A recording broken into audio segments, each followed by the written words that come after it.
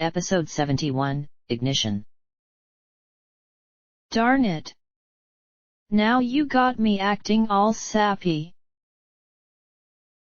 There were ghosts in Star House. They breathed softly, silently, in the night. One moved through the rooms, restless, watching the slumbering occupants in the afterglow of desperate celebration. The house was in shambles. It'd take days to clean everything up and put things as nice and neat as when they'd first entered. The ghost walked quietly amidst the cast-off sparkle cola bottles and slumbering ponies. Many virtually sprawled out on the floor, snatching a few precious hours of sleep before the coming day. But not all. Whisper and Stygius curled up together on the couch, oblivious to the outside world. That was how they survived and maintained themselves. They focused on that which was dear to them and shut out the rest of the horribleness.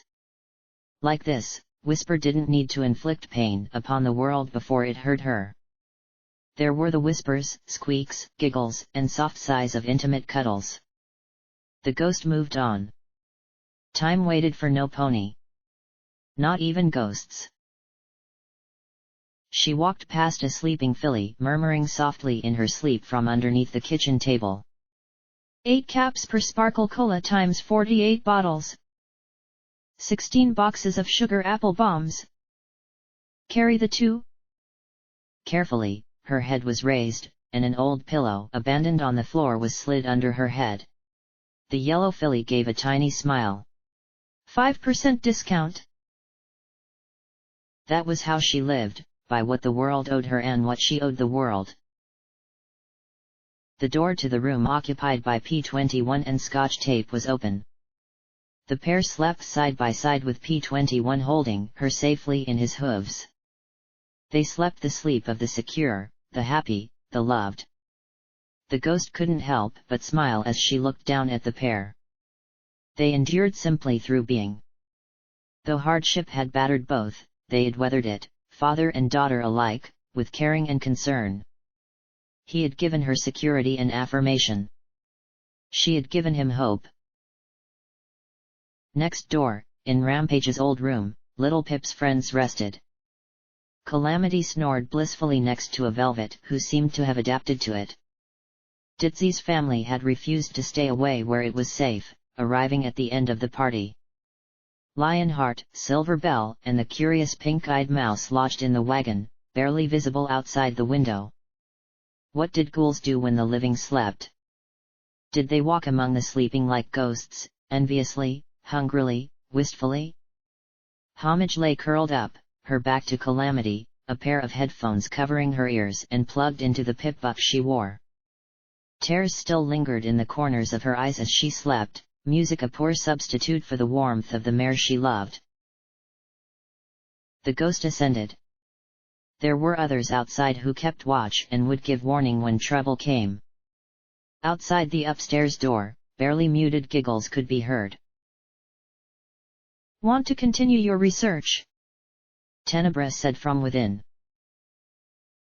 I think that, with all I've learned from Triage, Rover, and the Project Steel Pony notes, I could help ponies all across the hoof. Maybe the wasteland.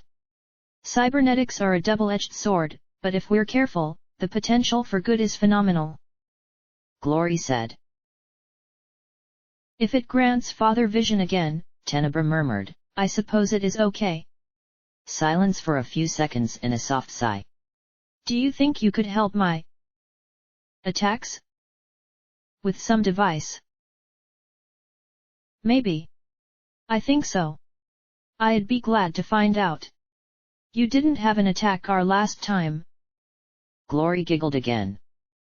I guess I didn't do a good job. You were wonderful, Tenebra countered at once. Though I'm glad you stopped trying to tie me up. And it was nice to do it without. Well. Everything. Whisper often tried to trigger an attack at her parties. It was aggravating. Unlike this. She continued, followed by the sounds of kissing. The ghost rose, to leave them to their privacy. Then, and you can help Blackjack, too. The ghost froze, silence pouring out from under the door. I know you still care for her. I see how you look at her. Tenebra pressed. Blackjack needs to get through this. I can't be both her special some pony and come along and help her. She gets distracted, and I don't want to compromise her. When everything is all done. When it's all done, then we'll see. Glory said. We have to finish this. I'll do whatever I can so that she can be done and finally take the rest she deserves. And me? Tenebra asked in a tiny, barely perceptible voice. You? Glory was silent for a moment. You're more than just a rebound, Tenebra. I like you. I'd like this thing we have to be more. A soft sigh. Blackjack's got the biggest heart in the wasteland. I'm sure she'll understand. Maybe the three of us? Tenebra asked. Not you two, Glory groaned, then relented. Maybe. Maybe something might work out. But it'll be tomorrow. Everything will be settled, one way or another, tomorrow. A soft sigh. A gentle kiss. A rustling of sheets. Silence broken only by the longing in the air. Tomorrow and tomorrow and tomorrow. The ghost walked to the last room, gaze sweeping over the cardboard boxes, the desk in the corner which held the F-88, and the tousled bed. Tomorrow. Time marched endlessly onward in plodding steps from now to the ending of the universe. What folly had it witnessed? What cruelties? What joys? What sorrows? And if the grand totality of the events of the universe were tallied, which would ultimately predominate? In the window, the ghost beheld herself. White. Red. Black. A blurred panoply. So different from the mare who had been birthed in the depths of a demmed stable, blissfully ignorant of its wretchedness. She had come full circle, but oh so much more worn for the passage. Pressing her brow to the cool glass, she stared through the warped and indistinct pane and into unknown darkness. Tomorrow. Tomorrow. What was the price to see tomorrow? And could a ghost pay for the privilege? Blackjack? Boo asked behind me. I turned and saw her standing in the door, watching me with wide scared eyes. Not scared in general, I knew that expression too well. Boo's face showed an odd fear. For me? You scared? Me? Scared?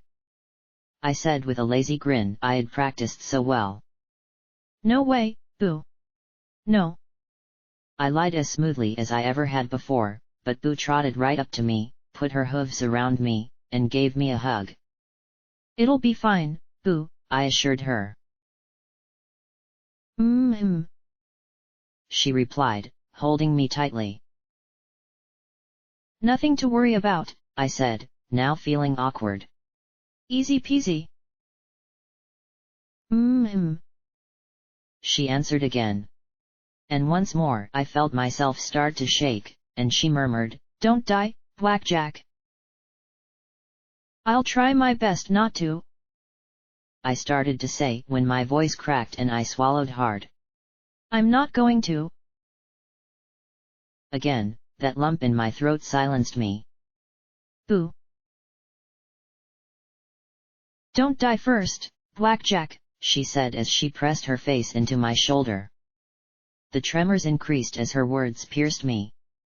Dying first. It was like little Pip's mint malediction. If tomorrow didn't go as perfectly as it possibly could, some of us were going to die. Who would be first? P21? Glory? Scotch tape? Boo? Any answer other than me tore me to my core. And that insidious part of myself that had always held me back, which had been fed by Sam's own torments, now whispered about how noble it would be for me to sacrifice myself for my friends. Give myself first.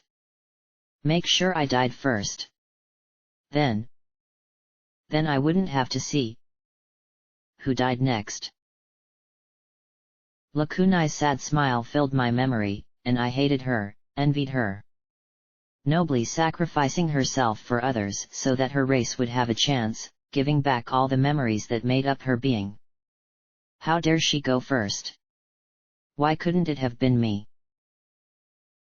Dying last. Sucked. Was it any wonder Twist ripped the talisman from her chest to save Peppermint? No pony is going to die, boo, I told her, sniffing, the words halfway between a promise and a prayer. It's going to be like Little Pip's fight. We're going to go out there and kick flank, get my body back, and save the world. Just like Little Pip. Boo said nothing. She didn't have to. She just held me tight, because right then I needed to be held. Just two ghosts, comforting each other. Then the door swung wide as if more specters were coming to the party, and for a moment I stared at the darkness on the other side. Then it spoke, low and soft. Don't shoot. The darkness shimmered and dropped, and from it stepped Lancer. He looked horrible. Gaunt and exhausted, with fresh scars crossing his striped hide. But he still carried himself with determination. It's been a while, maiden. A bit. Still cursed? I asked lightly. We are all cursed, he answered with a small smile. Some more than others. He added as he stepped in, and there was a second shimmer revealing Sakashi. A second later, a lump on her back slipped out from under the cloak and onto the floor, revealing Magina. She rushed to me, looking a little better than her son, and embraced me. I know a funny story about a silly mare who fights great evil, but I fear how the story ends. Magina tapped her mother's shoulder, waited for her to turn so she could watch the filly's lips, then took a deep breath and explained, Well Mama. It ends with psow psow, vroom, boom, and then yay. Any other ending would be stupid. I sure hope so, I said as I addressed the trio. Come to join the fight. My question wiped the smiles from their faces. No, Blackjack. We have come to take you to the fight, he said gravely. What do you mean? I asked, a chill running along my mane. She's leaving in a few hours. The three of them regarded each other gravely. No, Blackjack. She is early. Your copy is leaving within the hour. Star House filled with yells and shouts as I went from door to door, rousing everyone and shouting for them to get ready. Lancer followed in my wake as every pony scrambled in the panic. Golden Blood entered from outside, took stock of the madness, and immediately relayed to Big Daddy and General Stormchaser that it was happening now, whether the soldiers at Paradise Mall were ready or not. We were told it'd take hours to fuel the rockets. That it was too dangerous to fill them too soon.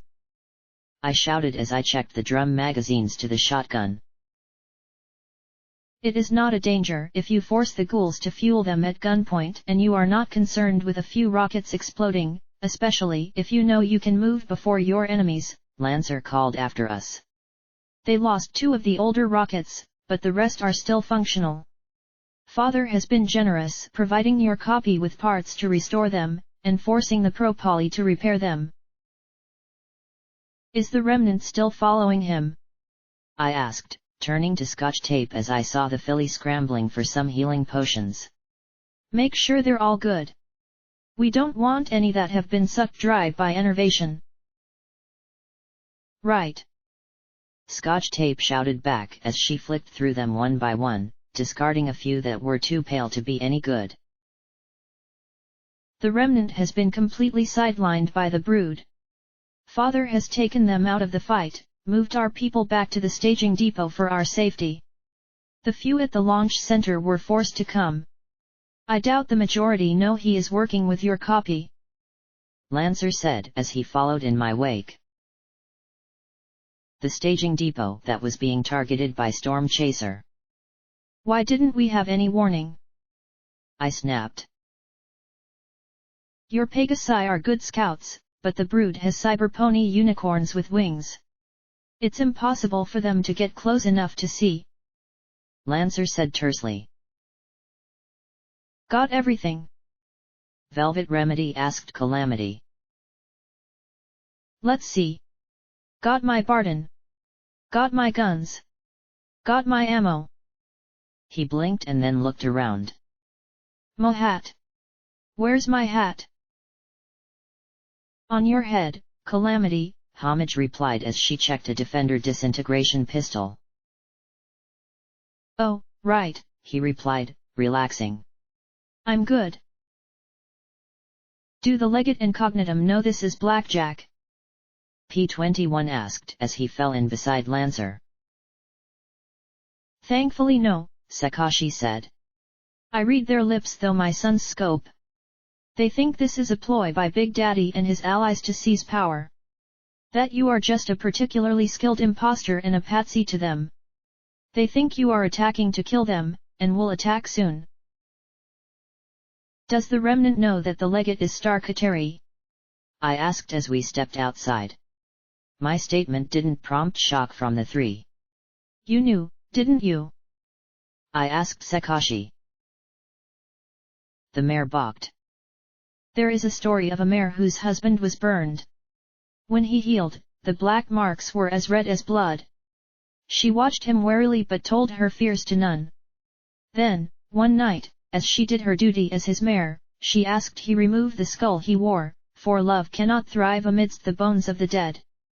He did so, for of his wives, she had the sweetest of silver tongues. What he did not know was that she wore a charm to help see in the dark, and saw his cursed marks. She told his other wives, and they repeated the trick. When they learned what he was, they tried to flee. He could not go after them himself, so he sent his most devoted son after them. Lancer had the decency to appear ashamed as he turned away. I was so proud he picked me, he murmured, then looked at his mother a moment. They shared a smile, and he continued, facing me, I have tried to spread the word, but they are ever skeptical. The Legate serving the stars above? It is more than they will accept. I hope they change their minds soon, I said as we trotted out. If we were fighting for the future of the world, I hoped the zebras didn't miss out on it because they blindly followed their leaders. Zenith, according to Calamity, was going to try to get zebras from Glyphmark to come to the fight, but none had arrived yet. Outside, the chaos was rippling like a wave down towards Chapel. No, not chaos. Action. Most ponies knew where they had to go. Those that didn't were those who had come to Chapel for sanctuary, the weak, sick, and helpless. You have to get the Remnant to leave their places at the depot and come to the space center. If they see what he's doing with their own eyes, they have to accept it. Even if I have to blast that skull off his face and show everyone his marks myself. I said with a frown. So much planning had been done for Cognitum that I had forgotten there was an immortal fighter with scary star powers pitted against me. One that would be righteously pissed when he found out I was still alive. You've got to get them out of there, though. There's a good chance that, one way or another, that depot is getting taken out, either by Raptor or Mega Spell. Ironic, Lancer said with a touch of bitterness, that the Maiden of the Stars would care more for my own people than our leader. I sighed and gave him a half-smile. You know he made that up, don't you? All three blinked at me in surprise. The whole Maiden prophesy thing. He used it to manipulate people. I said delicately. My husband may make light of many things, but no zebra, not even the Star Kateri, would make up such a thing, Sakashi said gravely. The Maiden of the Stars will exist, and she will strike down the city of evil. We thought it your Princess Luna.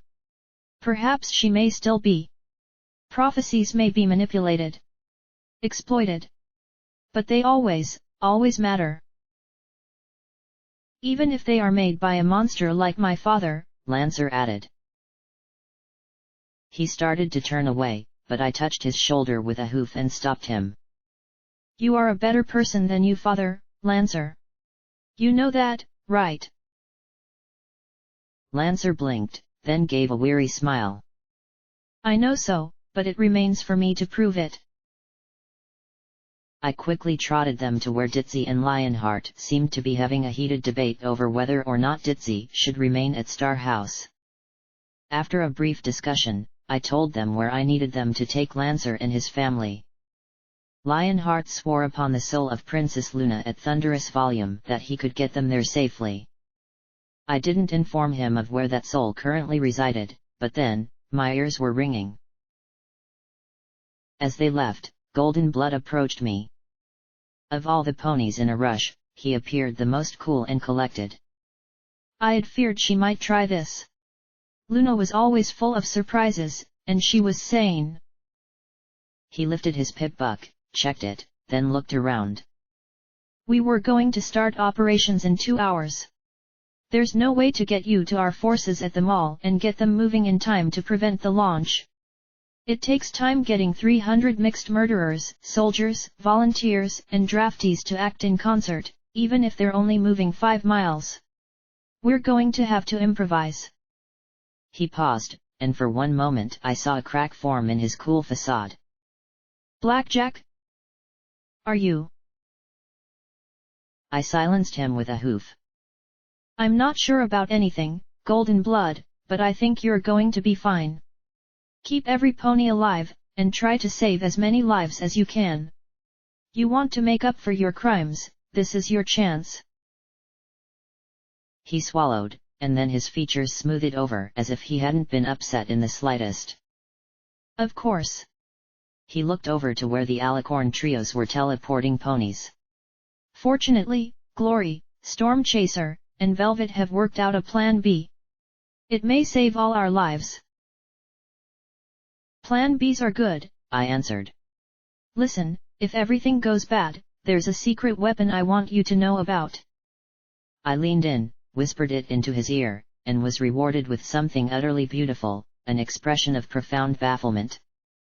Whisper leaned in eagerly, almost bouncing on her hooves, and I gave her a flat glare. No. It's not another mega spell. This time. The yellow Pegasus sighed and rolled her eyes. Damn it. I miss out on everything, she said, pouting as Stygius gave her a consoling pat. Golden Blood's face still showed doubts. Blackjack, are you? He started to say, but I cut him off with a wave of my hoof. And it'll work, I said solemnly. But I repeated even louder and with another hoof wave. It'll work just fine. How can? ENNNNNHHHHHH, I said, waving both hooves in his face. Trust me. It'll work. I stared at him with such an earnest grin that he finally relented. Blackjack, Glory called from where a trio of Alicorns waited. P21, Scotch Tape, and Boo all stood there with varying expressions of impatience, worry, and eagerness. Let's hurry. The Alicorns are going to teleport us over the roof of the Luna Space Center. That didn't seem like such a good idea given that there were airships, Pegasi, and flying brood that would see the flash of our arrival in the middle of the night, but I trusted the ponies who had planned this. What about Calamity, Homage, and Velvet? I asked, gesturing back at the house. They'll catch up, Glory said as I reached her. Then she held up a harness attached to a backpack. Put this on. What is it? I asked as I magically shrugged into it. All my friends, save Glory, were already wearing ones like them. We had also made sure that all of us had pip-bucks and broadcasters like the rest of the battle leaders. Sure, Boo didn't know how to use it, but we could talk to her and find her a little easier if she disappeared. given all the spare pip bucks in 99. Well, I was glad they didn't smell of chlorine. Something that will help us get onto the roof if Plan B doesn't work, Glory said. What exactly is Plan B? I asked with a frown. The alicorns can't teleport you to the general area of the Luna Space Center, since in all our hapless wandering, we never actually got down there. So Plan B. It's dark, so the alicorns will teleport us to a position close enough to use a night vision scope to see where they need to teleport to directly. She reached down and tugged on my straps, tightening them. If we can't do that either. Hopefully, these Earth pony contraptions will work right. The one we tested did, but don't worry about it, Blackjack. Don't worry about it? Last time she had told me that I had woken up half machine. Wait. What Earth pony contrap? I started to say when the world disappeared in a purple flash.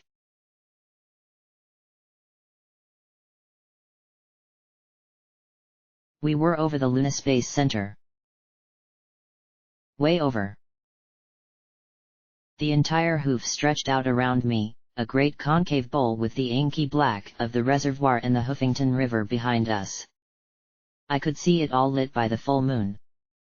I had seen it before when I was rushing around outside of Star House, but I hadn't noticed it, I was too busy.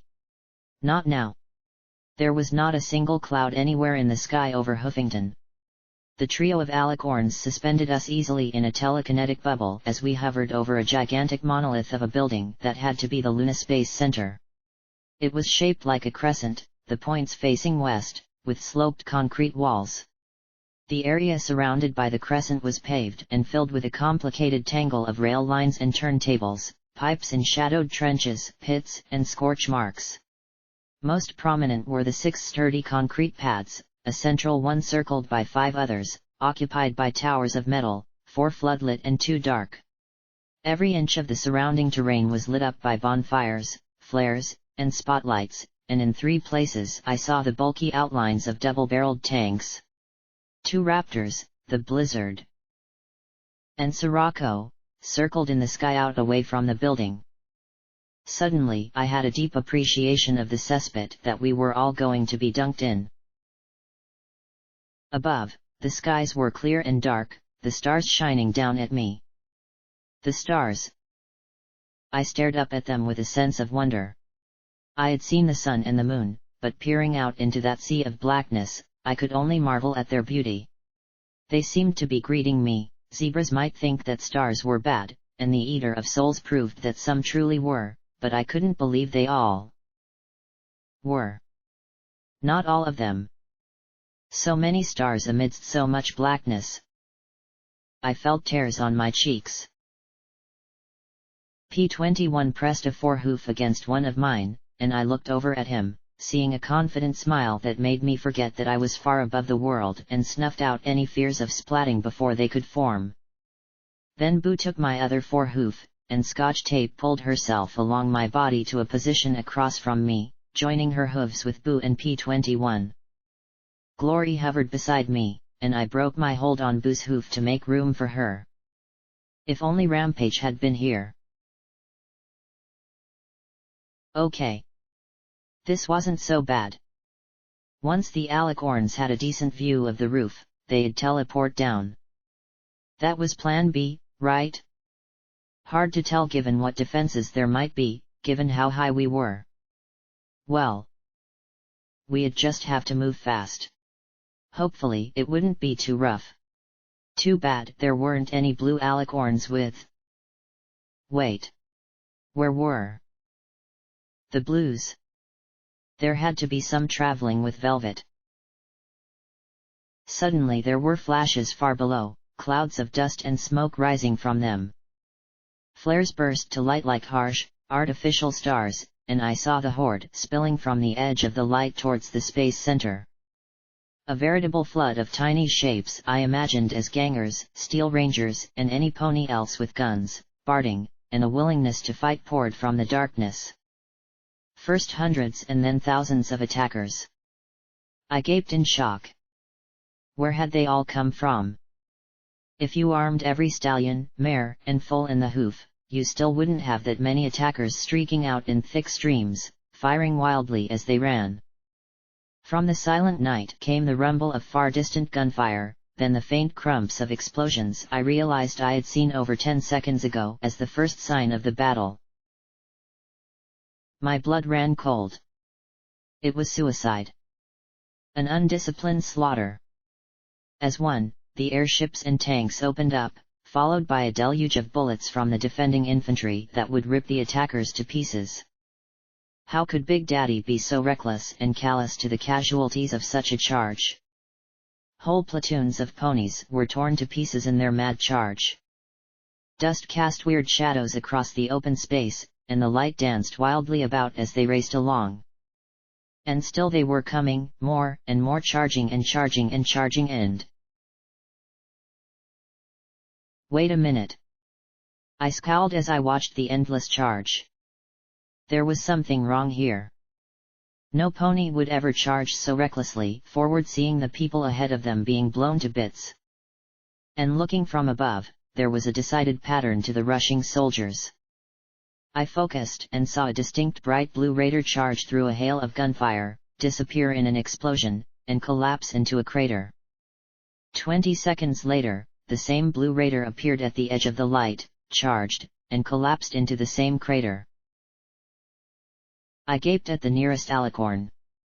The green winked at me and smiled.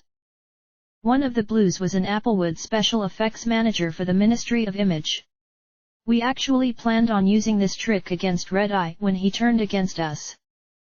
Her smile faded a little. Never expected one pony would break us. But you're not mad at Lit, the Lightbringer? I asked. Her expression turned wistful. Some are. It's complicated. Mother helped many of us with the confusion. Some are angry, while others wish to replace the goddess. But I see it as a second chance. And I have my sister to help me. The other green alicorn smiled as well, rolling her eyes with a snort. Even if she's not as fond of the Unchanged as I'm not your sister.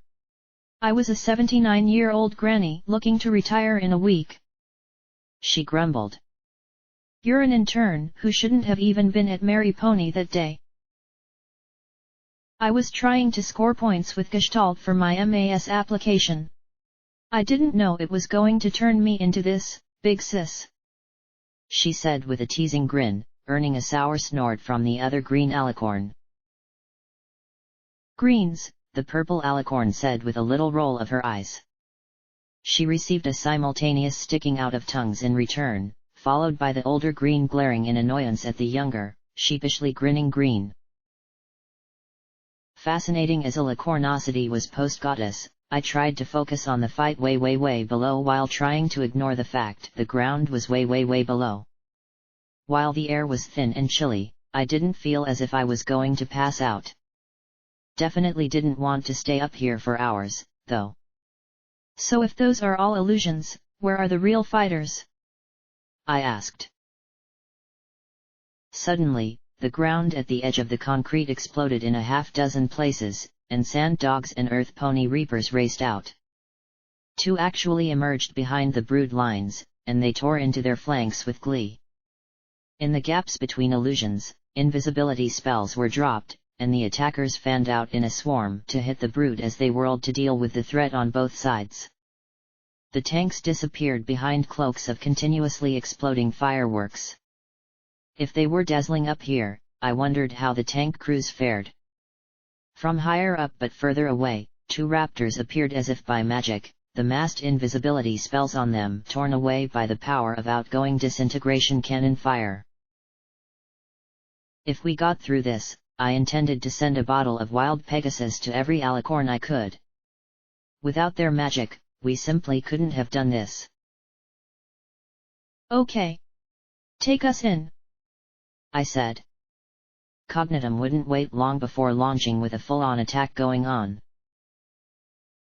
There was flash in a sense, just short of smashing every atom in my body against a stone wall. Ow! The purple shuddered. I'm afraid we cannot. Can't? What do you mean can't? Is there a fate shield in the way? I asked. No. Something magical is disrupting the spell. The purple said, pained. Probably some zebra trick, I guessed, or nasty Starkateri magic. She looked to Glory. Plan C. Wait. What's this? Glory gave a solemn nod. Wait. What's Plan C? I screamed as the telekinetic field holding us disappeared. Good luck. The younger green yelled down after us. Then the three disappeared in a flash. Not that I was particularly paying attention to them at that point, I was a bit preoccupied by how very quickly the dark rooftop of the Luna Space Center was getting bigger. The rockets looked like spikes. I could see the hard ground and I could imagine myself falling faster and faster till I transformed into thin paste and I heard laughter and glanced over at Scotch Tape waving her hooves out at her sides. I'm a Pegasus! She shrieked, barely audible over the rushing wind in my hair. I saw P-21 smiling too, and Boo seeming also at ease. There was only one explanation, my friends were all insane. Then Glory reached behind me and pulled a cord. The backpack flipped open, a little cloth coming out, catching the air, and then dragging out a giant pink chute. It unfolded and expanded into a round parachute with Pinkie Pie's grinning face emblazoned across it. P-21's chute popped open, then Scotch Tape's and finally Boo's. Together, we slowed, drifting towards the great building. Glory gave me a sympathetic smile as my eyes bulged, my pulse raced, and my mane and tail stood out in every direction. Nice. They all worked. Glory said as she drifted down next to me. I was afraid I was going to have to catch you. Why didn't you tell me this was Plan C? I asked. Because you would have insisted on Plan D, which would have probably have involved either some horrible attempt to parley our way in, intruding through some horrible muck-filled pipes, or attempting to charge the lines. Because those are all sane plans. I countered as we drifted down. Finally, though, my panic abated to the point of rational thought. Okay. Seriously, this was genius, but I really would have loved trying to talk my way in at gunpoint. I know, she said. We continued our slow descent in silence. Fortunately, everyone seemed to be too busy to notice and shoot us. Keep your knees unlocked and roll as you land, Glory warned as we approached the rooftop. It wasn't completely abandoned, there were brood squads firing down from the elevated edge. She darted down to the closest one and, just as one of the cyber zebras noticed something and started to turn, opened up with pew-pew. Beams of energy transformed the first 3 zebras into glittering heaps of blue, green, and red dust. She had come a long way from the mare I had found hiding under a floor. Up close, it was clear that Luna Space Center had been hit by some heavy firepower in the past. The top was cratered, and in some places the blast had overwhelmed the fortification and torn great holes through to lower levels. This building was just as tough as Mary Pony, designed to take a beating from within and without, but parts of it were every bit as ruined as the rest of the wasteland. Glory had wafted us towards a large intact section of roof rather than a hole filled with rubble and jagged rebar, for which I was grateful. This was going to be hard enough already, especially if I couldn't teleport. I landed more or less in a heap, which wasn't surprising given that I had no practice with the unlock your knees and roll thing. With the battle raging around the building, I hoped our own melee here would go unnoticed a little longer. I tried to get to my hooves, levitate up the iron pony. I needed a damned name for the thing. All badass guns had special names. And give Glory some support, but the gun was tangled in the parachute canopy, my legs got hung up on the strings, and I fell on my face with a yelp on the rough concrete. "This is not how I wanted to start this morning," I muttered. Boo charged forward as well, and a frisson shot up my spine. What was she doing? She didn't have a gun or barding. One of the brood turned his guns towards her, and I shouted a warning, about to fire a magic bullet. Then the brood's magazine inexplicably ejected as the automatic rifle jammed. Boo dropped and rolled like a log, tripping the brood and sending it sprawling on its face. How? Then Scotch Tape leapt out from behind some vent ducts and bashed it in the head with her wrench once, then again. "I got one," she said proudly, not noticing the two other brood turning their weapons on her. The ground beneath them suddenly exploded, the grenade raising the cyber zebras off the ground with the force of the blast. She whirled as P-21 stepped out from, well, wherever he usually came from, and grinned sheepishly.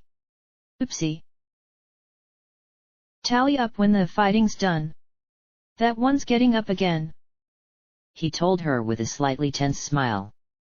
The cyber zebra she had clubbed began to stir, and she pulled out a small baton and jammed it into the base of the brood's skull. There was a pop and sizzle and a flash of sparks, and it went still. "Now you can count it."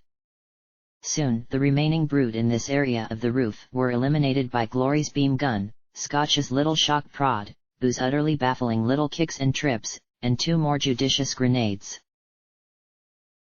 "Nice job, Boo," Scotch Tape told her. "Where'd you learn to fight like that?"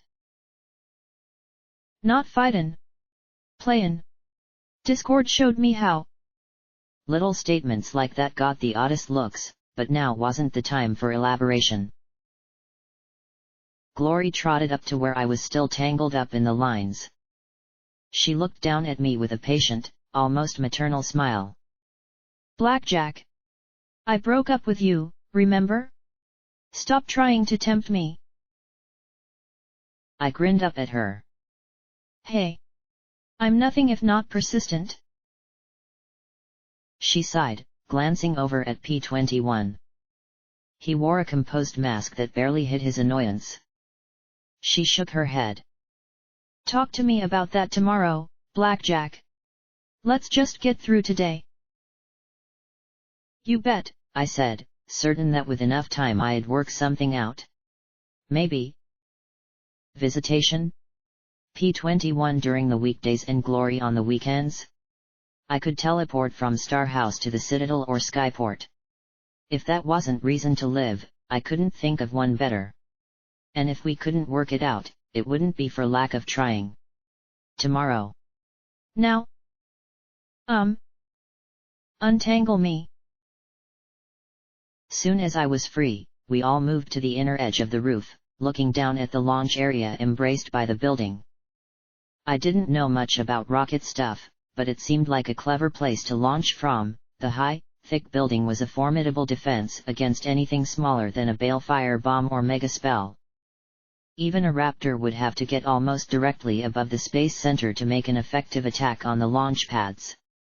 The gap was the only breach in the defense, and it was most heavily protected with a tank in front of it and brood guarding the tips of the opening. In the middle was the pentagonal arrangement of launch pads with their rockets. The largest and grandest stood on the 6th pad in the center of the pentagon, a wonder of arcane science and techno-magical art. The white metal of its skin bore the tarnish of 2 centuries of neglect, but, seeing it here so close and in person, bathed in the glow of floodlights and standing next to a tower of girders, pipes, and catwalks, it was still an awesome sight. Unlike the rockets I had seen in memories and pictures, it had no separate boosters, the hull flowed smoothly down from the pointed nose to the broad base. The other rockets were smaller, the less advanced but still elegant models with their 4 aerodynamic boosters and launch towers that surrounded and embraced them instead of just standing alongside, wreathed in frigid mist and bearing more signs of slapdash repair. I also had a clearer view of the 2 destroyed pads, one looked as if the rocket and its support tower had exploded and partially melted into single shards of tortured metal. The other was covered in frost, shattered corpses scattered around its base. Clearly, Golden Blood hadn't been mistaken about the risk of hasty fueling. "But where is Cognitum?" I asked, trying to pick her out from all the activity. Then I glanced over at Scotch Tape peering through a pair of binoculars. I pursed my lips at her, remembering to bring something I had forgotten, then snagged them from her, ignoring her protest of annoyance. I swept the field with the glasses. If she was down there at all, she had to be near the biggest rocket. "Oh," I murmured as I spotted her. "Oh, what?" Glory asked. I passed her the binoculars and pointed my hoof. She peered through, and a second later, "Oh my!" she passed them to the side, flushing. P-21 took them next, and both his eyebrows arched in surprise, then furrowed. He passed them limply back to Scotch Tape, but Boo intercepted them and looked as well.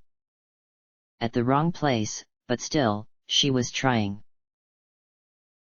"Let me see," Scotch Tape demanded. "I'm the one who remembered to bring them." Boo returned them to her, and she stared around the field. Then her jaw dropped. "Whoa! Wicked!" she whispered as she passed them back to me. "Yeah, wicked," I said as I looked again. What had she done to my body? The black armor, based on Shadow Bolt power armor, now had a more sleek and smooth appearance to it, as if the metal limbs were actual flesh, sinews of cable visible where the metallic skin parted. What actual armor plates remained appeared intricately wrought and ornate, tipped with spikes.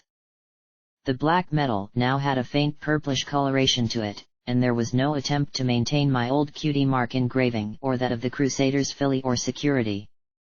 In place of mane and tail, red and black striped magic blue, snapping like flame behind her. A crown of burnished silver and rubies rest atop her head. She appeared the perfect amalgamation of magic, machine, and mare. And also very, very evil. A small escort of diminutive black and red gun robots flitted about her on levitation talismans, on constant vigil for something to shoot. Suddenly, I had to wonder if just a spark grenade would be enough to take her out. My earlier plan seemed to be quite shaky at this point. Next to her, the legate seemed positively ordinary. He still had his hooves wrapped in the glyph-marked cloths and wore the skull, but those now seemed almost amusing in comparison to Cognitum. I could see Cognitum's lips moving. What were they saying? "Give me a minute," I said as I pulled out the Perceptitron and jammed it on my head. I entered my old Pip-Buck tag and let the world swirl away.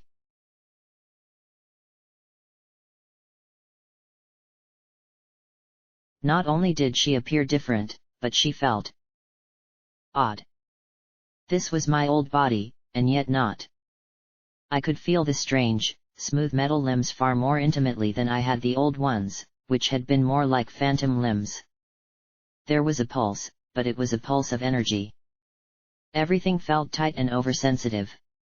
I could now feel the pressure of my baby as a constant sensation punctuated by slight movements and tiny discomforts. "Foals have shown their faces at last," the legate was saying. "They don't realize how their factions are already falling apart.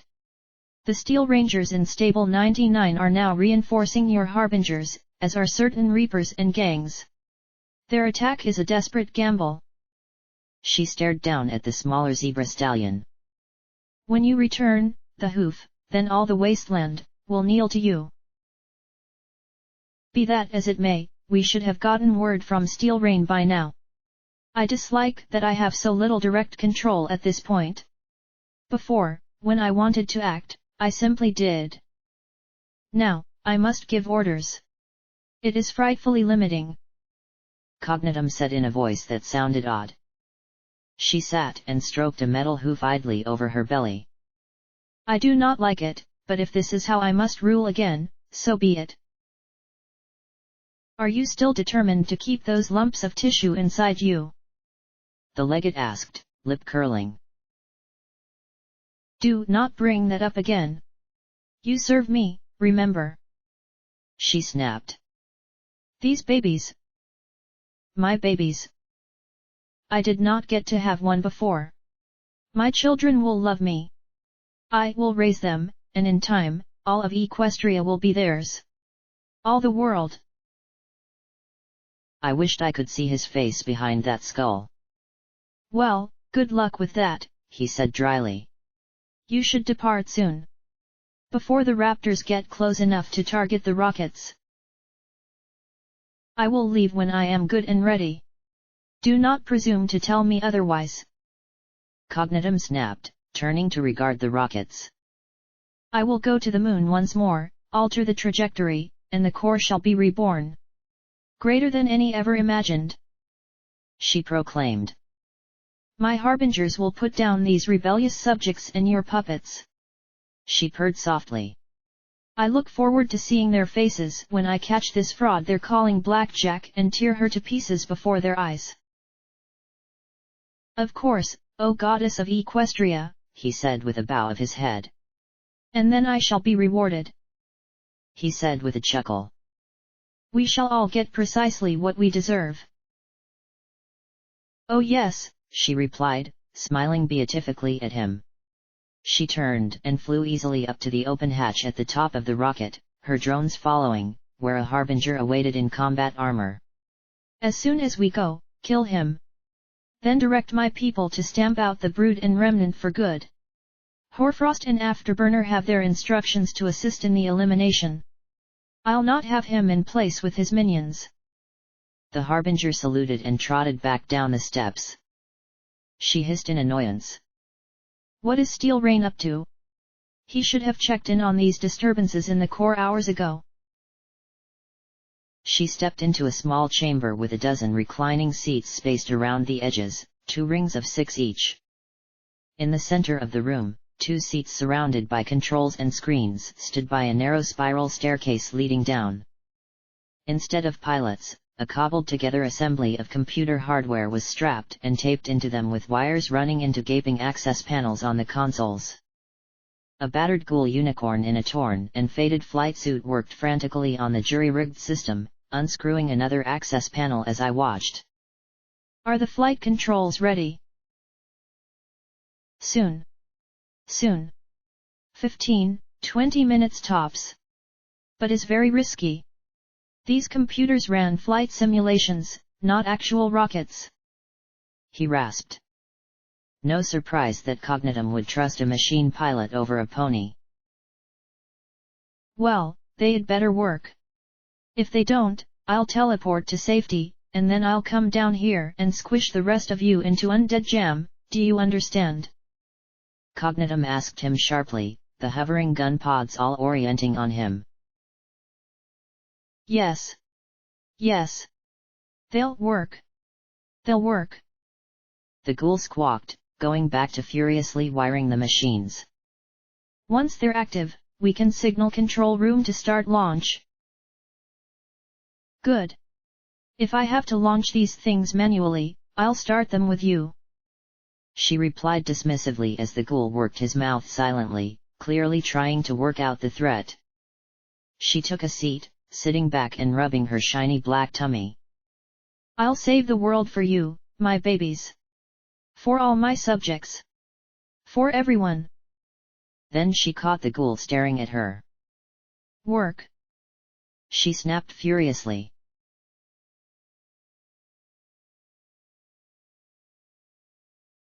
I severed the connection. We have 15 or 20 minutes, I said, trying to stem my rage from her talking about her babies. Cognitum was a crazy program with a dead princess's soul jammed inside her. It was my body and my baby. Babies. More than one. Was my happiness doubled, or my fear? Both. Baby is okay. I said to P-21 as I packed the Perceptitron away. A relieved smile spread across his face. What's the plan? Get to the middle rocket. Get her stunned. Swap me in for her. Go to the moon and stop horizons. Easy. I then looked at the dozens, if not hundreds, of Brood and Harbinger soldiers all over the launch field. Okay. Maybe not quite easy. I took a risk and tried to tell a. Blackjack? Are you okay? Scotch Tape asked as I blinked up at my friends.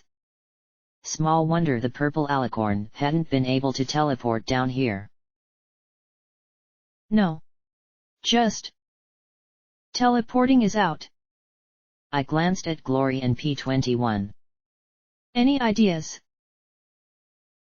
Both of them shook their heads, but Scotch Tape said, Emergency releases. Suddenly all eyes were on her, and she balked. Well, they had to make safeties for the fueling. If they had to dump the fuel for a fire or an attack or something, they'd need a way to do so remotely and quickly. If it doesn't have any fuel, it can't launch. She gestured out towards the large gap in the crescent. Probably vents way out there. Scotch, you're a genius, I said as I grinned at the rocket. If we can vent some of the fuel, they'll have to stop and refill it. Cognitum's not going to risk getting stuck on the moon. And if it does vent way out there, I think it'll provide a heck of a distraction when it all goes up. I was imagining a great geyser of flamer fuel raining down on the Brood forces. We vent the fuel, get inside the rocket amidst all the confusion, take her out with a well-placed spark grenade or that prod of yours, and then let them refill the rocket and go. Any pony else seeing the great big gaping holes in that plan? Glory asked with a smile. Sure, P21 replied, but when has that ever stopped us before? Nothing stops Blackjack. Boo agreed. Where would these emergency releases be? I asked Scotch Tape. I dunno, but if it were me, I'd want at least one in their main control room and another right by the launch pad, the olive filly replied. I mean, I don't know exactly where, but normally safeties are marked with great big orange and yellow signs, you know. Plus, if we control the control room, that should buy us more time, Glory pointed out. We moved out as one, running along the roof to the nearest intact stairwell.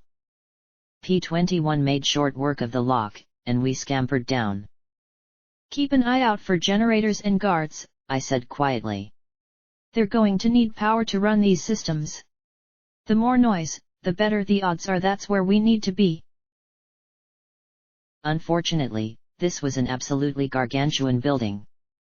It would probably take an hour at least to walk all the way around it. Most of it was simply uninhabited, and I could feel the tick-tick-ticking of time. Any minute. Any second. We'd hear the roar of the rockets launching, and then that would be it. Maybe we could somehow, someway, get the elements of harmony to banish me to the moon. But I doubted it. I kept feeling the temptation to sing I am your enemy, come and kill me so that we'd at least have some idea as to a direction. In one large boardroom, we encountered heaps of rotting ghouls, some of them still twitching. Presumably, these were the other inhabitants of what I assumed had been Rocket Town before Cognitum arrived. There were disabled turret defenses and melted robots here and there, showing signs of the violent takeover. Then we walked right into the Brood. There were 6 of them, and soon as I stepped around the corner, they opened up at us. Glory cried out as several rounds struck her dragonhide flight jacket, and I felt the familiar thud of impacts absorbed by my operative barding. I didn't have time to wait for an explosive from P21, I simply levitated up the iron pony, flicked a switch, and pulled the trigger. The half-dozen Brood were separated into metal and blood, the former falling in sparking, smoking heaps and the latter splattering the wall behind them as it was utterly resurfaced by lead. My shooting was shit, I just didn't have the little pip levels of telekinesis needed to control the damned thing, and the most I could do was try to keep it aimed that way. And I hit that way. In the space of a second, everything in that hall had been obliterated. 6 meaty mounds of scrap where they had stood, and 24 shell casings littered the floor around me. My Barding's helmet protected my hearing well enough, but my friends wiggled their hooves in their ears, trying to get theirs back. I stared at the casings and the bloody lumps, smoke rising from the barrel. I felt the heat radiating against my face. I lifted the gun before me. "Okay," I said breathlessly. "I hereby dub thee sexy." "Sexy," P21 said flatly. "Really? What? Did you expect something more profound?" Glory asked with a smile. "Hey! I can do profound," I said as I pouted at her. "And sexy is profound. It fucks the target over and leaves them a complete wreck afterwards." "In that case, shouldn't you name it Blackjack?" Scotch Tape asked. Suddenly I, P21, and Glory were all varying degrees of embarrassed, and she snickered. "I win." "Some filly should have been left at chapel." I coughed, trying desperately to regain some dignity. "Okay. Full auto is excessive. Good to know." I swapped out the drum magazine and reloaded the first. Sexy was one hell of an ammo hog. The brood had been so torn up by the barrage that P21 didn't even try and search them for valuables. He'd need a sieve. Much of the Space Center building seemed to be devoted to the public. We trotted through a large museum hall that put the building's foundation at the start of the war. No wonder it was located in one of the worst spots in Equestria. Then again, if you were going to repurpose rockets into ballistic missiles, maybe it wasn't so poorly placed.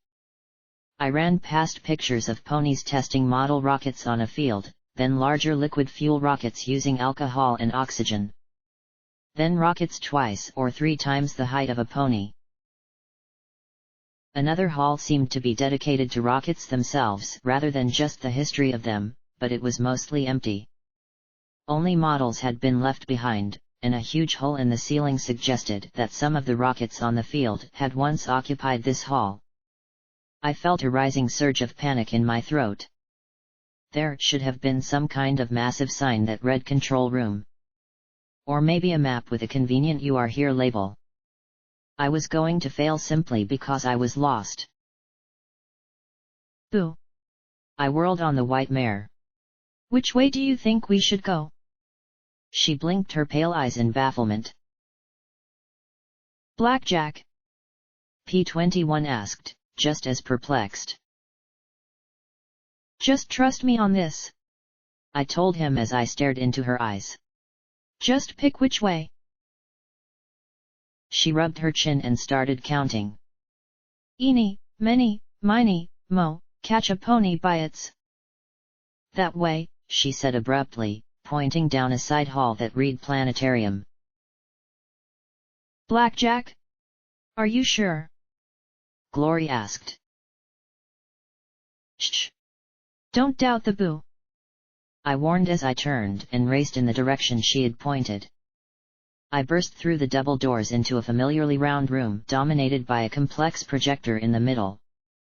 It was almost identical to the one at the Collegiate, though perhaps a little bit bigger. As my eyes adjusted to the gloom, I spotted an even smaller and more unassuming door with a large sign saying "Warning, no unauthorized civilians allowed in operations areas." "Excellent," I said, patting her on the head as we passed her. The mare suddenly halted, seeming uncertain. I looked back at her. "Everything okay?" "It's the right way," she said as she stared up at the shadows of the Great Vault. "Just feels spooky. Just keep an eye out for trouble, okay?" I said, keeping my eyes open as we moved through. I understood what she said, my eyes squinting into the dark pools between emergency lights. Damn, for the first time, I really missed not having glowy night vision eyes. "P21, work your magic." We crossed the round room to the far side, and P21 knelt, starting to work on the lock when the double doors we had entered suddenly slammed shut with a resounding boom, sealing Boo outside the planetarium. One by one the emergency lights went dark. Almost as one, we clicked on our pip-buck lamps, producing 4 little pools of one amber light. Then there was a crackle from the center of the room, and one by one the projector lights popped on, the lights reflecting off the overhead dome in a sickly array of light. "Ah sure," a mare whispered in the dark. "Dagon," hissed a second mare. "Namtar," moaned a third. "Nibiru," said a final, lighter voice. In the pale light, 4 cloaked figures stood on the periphery of the room. 3 adults and a foal, going by size. Given that they wore cloaks and spoke the names of freaky stars that made my mane crawl, I lifted Sexy to the closest of the 4. It swung its hoof, and a pale blue streak of dust crossed the distance, coating the weapon. An instant later, an inch of ice flashed into being around it, transforming it from a firearm into an icy doorstop. "The Black Star Asher's cold embrace overcomes your weak technology," the mare said as she drew back her hood. The old zebra's mane, stripes, and eyes were almost faded to nothing. Elsewhere in the line, the smallest of the 4 took out a piece of paper and dangled a crystal over it. Glory snapped her gun down at the old zebra, but one of the others tossed a hoofful of crimson dust into the air. The cloud twisted and formed flaming serpents that streaked towards Glory and chased her around the projector. "Did you think we'd overlook your plans, little pretender? The stars warned us of your attempt," she said as she pulled back her hood, showing a mare whose face was a mask of smooth burn keloid on which circular tattoos stood out as clear as day. "Dagon shall consume you. I don't have time for this," I shouted as I pointed my horn at the cold zebra and fired a volley of SATS, guided magic bullets at her head. The filly let out a yell of alarm. "Block!" Another hoofful of blue dust slashed through the air a moment before the volley hit, as if she had been expecting it, and a thick wall of ice deflected each of my shots away. I stared at it, then at the filly, who gave a little smirk that said, "What are you going to do about it?" "We have eternity and more," intoned a third, then looked at the filly. "Where is he?" she said in a voice like tar. The filly, not taking her face off the paper before her, pointed her free hoof over to the left. The elder mare snapped her hoof, and green dust whipped out like a comet, coalesced into an orb of energy, and exploded with a bright rainbow green flash, revealing P21 with a grenade in his hoof. All our pip-bucks began to crackle madly at the radiation. The ghastly illumination showed a mare's features which appeared distorted like soft wax. "The stars wrought for eons, and you shall join them. Namtar demands it." As my horn recharged, I tried to close the gap with the old zebra, but her funky blue dust kept stymieing me. She turned the floor under me to slippery ice, sending me sprawling on my face, and dropped jagged frozen spurs the size of my hooves down at me. Fortunately, my telekinesis deflected them. Little Pip would have just rammed them right up the zebra's ass. Glory was still busy dodging the seeking snakes while the green one calmly kept trying to blow up P21. Scotch Tape blinked at the 3 adult zebras, then charged the only one her size. Without looking up from the paper, she jerked it aside at the last minute and left Scotch Tape sliding through empty air. "Hey, you! Fight me!" Scotch demanded. "Ain't ya got spooky star stuff to spout at me?" Yeah. Nibiru curse you! Whatever!" the zebra said, pulling back her hood enough to reveal a filly the same age. I was taken by how pretty she was for her age, despite the arcane markings on her delicate face. Even Scotch Tape gaped for a second. "Busy now. Don't you ignore me!" Scotch Tape yelled, her cheeks flaming, diving at her. Once again without looking up, the filly kicked back, planting her hoof upside Scotch's head. Scotch fell back, holding her head in her hooves, bit down on her wrench, and dove once more, swinging wildly.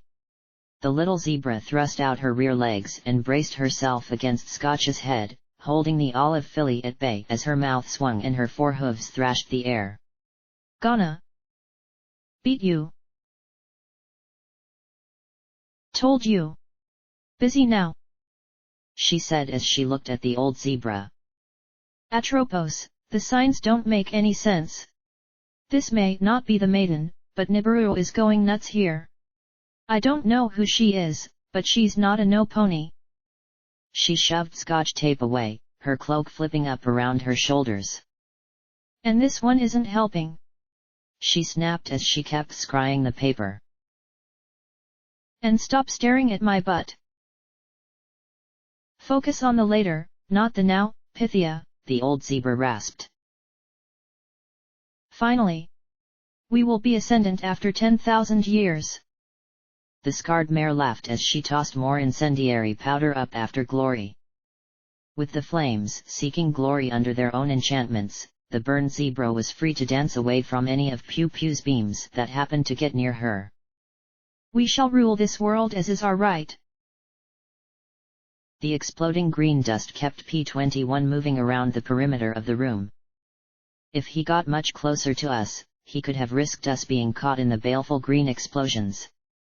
Worse, the one time he moved closer to the old zebra with the ice, the filly snapped out a warning, and the old zebra whirled and covered him with a layer of hoarfrost while the mutated zebra nearly blasted me off my hooves.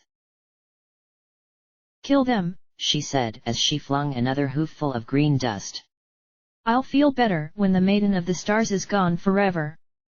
P-21 launched a grenade at her, but she detonated it in midair with more of that damned magic dust. I focused on the icy old zebra. "Forever? That rocket is coming back, you know," I yelled at them. "And a balefire missile stands ready to greet her the instant she lands," the one flinging red dust cackled. "One specially treated with our magics to disrupt any pitiful pony shield talismans she might try to defend herself with. She'll be vaporized before she even realizes she was used. We shall rule forever." The scarred zebra crowed. "Shut up, Yuri Dale," snapped the mutated balefire dust zebra. "Stop playing around. You're making basic mistakes." But what the burned mare had said nearly halted me in my hooves. The legate had a balefire missile? But of course he did. Xanth had told me about the warhead, and he had the remaining missiles from Grimhoof. It made sense, too. Once Cognitum had fixed Tom's trajectory, why risk combat with her? Let her come back triumphant and be vaporized as soon as she landed. Not even a cyber pony could survive that. "And so who's going to rule? Which of you gets to call the shots?" Glory called out. "Why, all of us, together," the old zebra chuckled. "Of course, the legate will sit on the throne, and we will be the ones that actually get things done. And reap the benefits. Isn't that the way it's always been with powerful males?" The littlest one kept struggling to focus on the paper and keep Scotch tape at bay. It'd be impressive if we weren't so pressed for time. She never took her eyes off the sheet before her nor dropped the dangling pendant, even as she dodged, sidestepped, backflipped, and pirouetted around Scotch's wild charges. "This isn't right, Scylla. I'm seeing shadows all over the future. Something is wrong." Scotch tape tried to get her hooves around one of the filly's hind legs, and the filly barely yanked it away in time. "And would someone get her off me? It's hard enough to scry in the middle of a battle without this one distracting me." She kicked back and nailed Scotch tape in the face again, sending her staggering back across the floor to trip and smack her head against the base of the projector. "Fine," the mutated Scylla said, then turned towards Scotch and lifted a hoofful of powder. "I'll remove the distraction then." P-21, who already had a glowing ball of star magic sailing towards him, suddenly turned and launched himself at it. He rolled tight in a ball and hit the glowing dust as it started to flare, scattering it and forcing it to reform a second later behind him. The blast launched him straight into Scylla like a cannonball, smashing them both to the ground. Ha! Now, who's making rookie mistakes? Eurydice crowed, and then she threw an enormous wad of the red powder into the air. The heat had set her mane on fire, but she didn't seem to notice as she laughed, the airborne dust igniting in the shape of a dragon, growing larger and filling the ceiling. Fly! Fly! Fast as you can! There's nowhere to run when all is aflame! She laughed madly. The billowing fire caught Glory, and she covered her head as she tumbled towards the ground, feathers and tail aflame. A moment later, there was pop and then a hiss as water poured down from ceiling sprinklers. The dragon roared in agony before melting away, and Eurydice shrieked as her glowing red powder suddenly became so much dull red mud. No! No!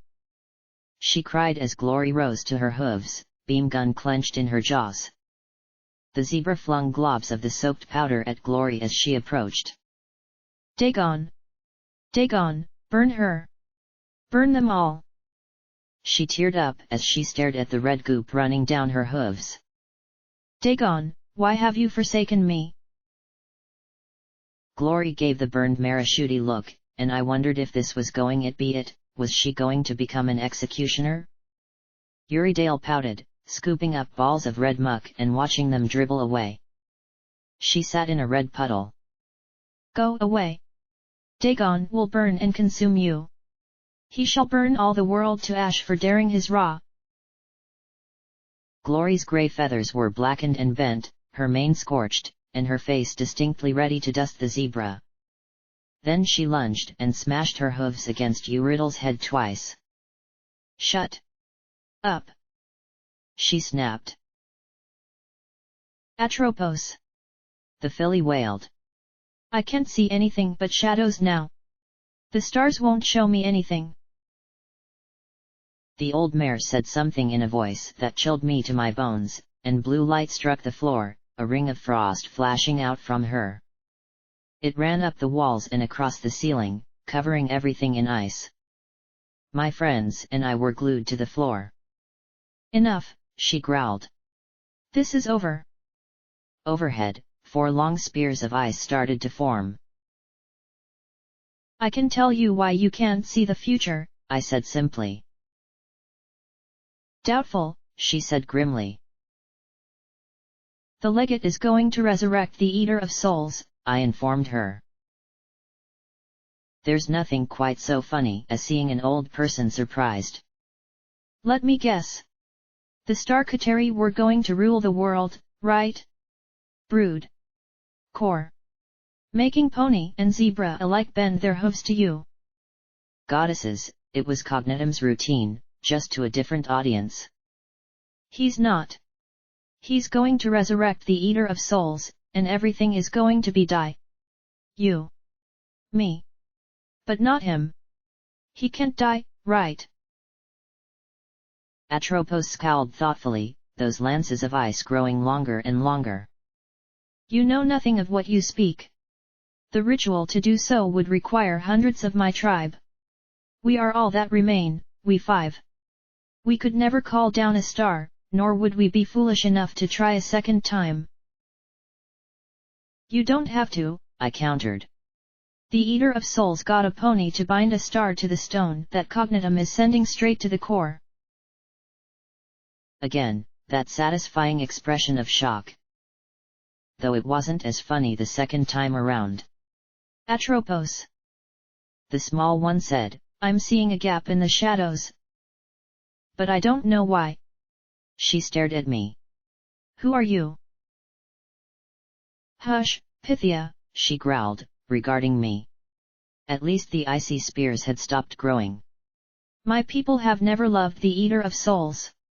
We sought to use him for our own empowerment, for he is a vast source of power. We summoned a star once at his direction, and the reaction nearly broke the world in two. At the last moment, my ancestors broke the ritual, letting the star escape. But the devastation was complete enough to eradicate our empire from the earth.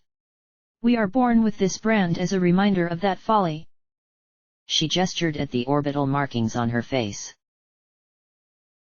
The legate is lying to you. Maybe there is some way to restore the core without setting the eater free. I can't say it's impossible.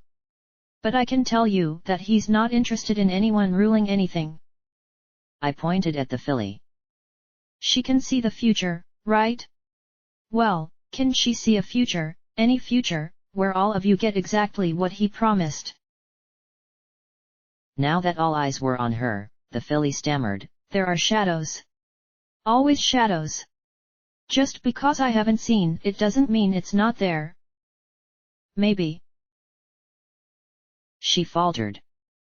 She looked down at the paper, which, now that I was frozen in place, I saw was a map of the night sky. She dangled the crystal, the gem making tiny pinpricks of light on the map. It has to be here somewhere, right, Atropos? Atropos narrowed her eyes at me. You're not a copy, are you? You're her. Actually her. The gambler. She smiled a little. You're supposed to be dead. Yeah. I'm really bad at that. I replied. Has Amadi said anything about what you're actually going to be doing in this glorious future? Made any real plans past restoring the core? Anything besides promises? Atropos was quiet for so long, staring at me contemplatively, that I could have screamed. I had a deadline here. No, I suppose not. She stomped a hoof once, the old mare suddenly seeming a lot more tired and haggard. The ice shattered into snow. Scotch tape gave the filly a dirty look as she walked a trifle unsteadily to where P-21 had landed. It would have been nice to not see my tribe go extinct, the old mare said quietly, turning away from us. Euridale. Scylla. Pythia. Let's go. Wait. I said as I shook the frost off my barding. You need to tell the other zebras. Tell them? I'm not sure if you noticed, but our tribe is cursed, stupid P.O. Euridale said with a sneer, then saw Glory's angry glare and shrank back. Her mane, tail, and feathers were badly scorched, but the jacket had seemed to protect the rest of her. Lancer, Sakashi, and Magina are trying to convince the tribe that the legate is a Starkateri. You have to help them. I begged. Okay, I wasn't exactly sure how that was supposed to work, but still. Help was good. They wanted to show everyone they were good, right? Atropos regarded me coolly. We will. Think about it. And if Pythia sees our glorious future, we will come back for you.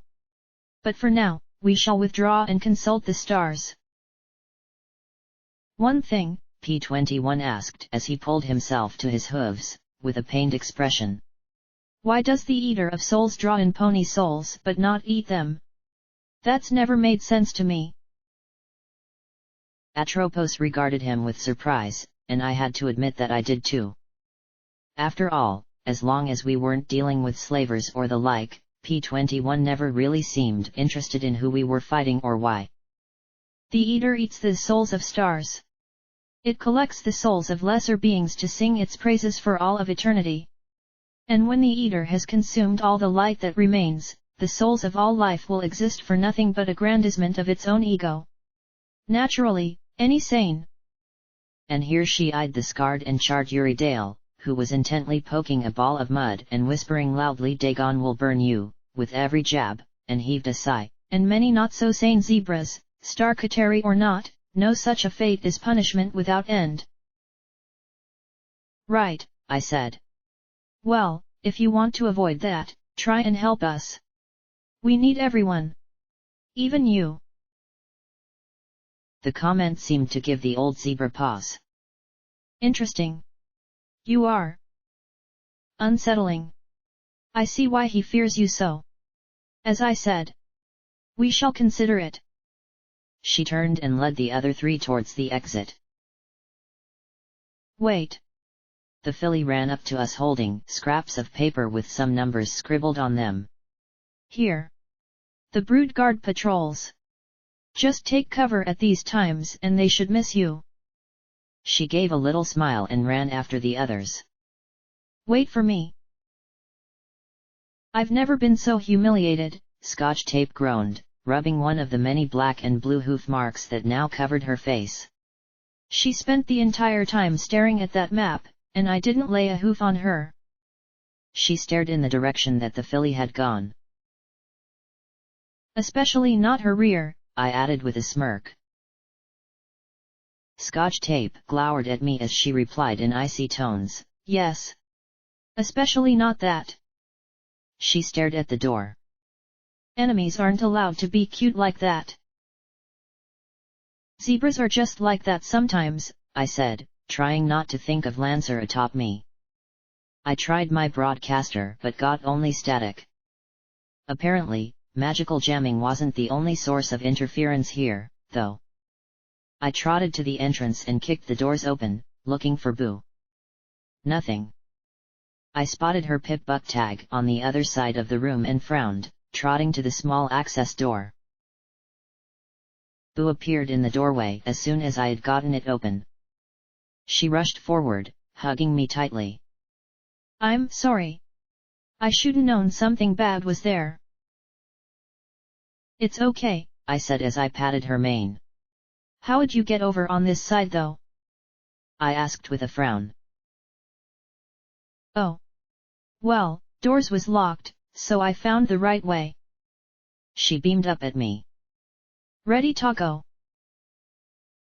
We only paused long enough for every pony to share a round of healing potions, and I was glad to see the plumage on Glory's wings grow back. P-21 also drank heavy doses of Rat-Away. Scylla's powder's explosions had been like mini balefire eggs. For all I knew, that green powder was what balefire eggs were made from. We had fallen behind in the fight, but with Bull leading the way and Pythia's little scraps of times, we were able to take cover seconds before Brood came trotting into view. Not that we couldn't take them. I had thought out my gun and checked it, and the rugged thing seemed to have come through okay. It was a little unsettling, though.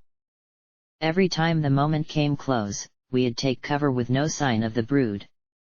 Then they'd come around a corner or out a door and just miss us. Note to self, seeing the future is useful against your enemies. The operations section of the building was relatively small, but given the enormity of the building it was in, it still took us far longer than I was comfortable with to get past the many Brood patrols. A wave of relief swept through me when I spotted the door marked Launch Control ahead. Sexy roared out two hammering storms of buckshot, staggering the Brood guards long enough for P-21 and Glory to finish them off. I looked at all the shells scattered on the floor around me. Even on burst instead of full auto. Someone's a cartridge hog, I chided the weapon affectionately, then stormed through the door. The control room was much smaller than I had anticipated.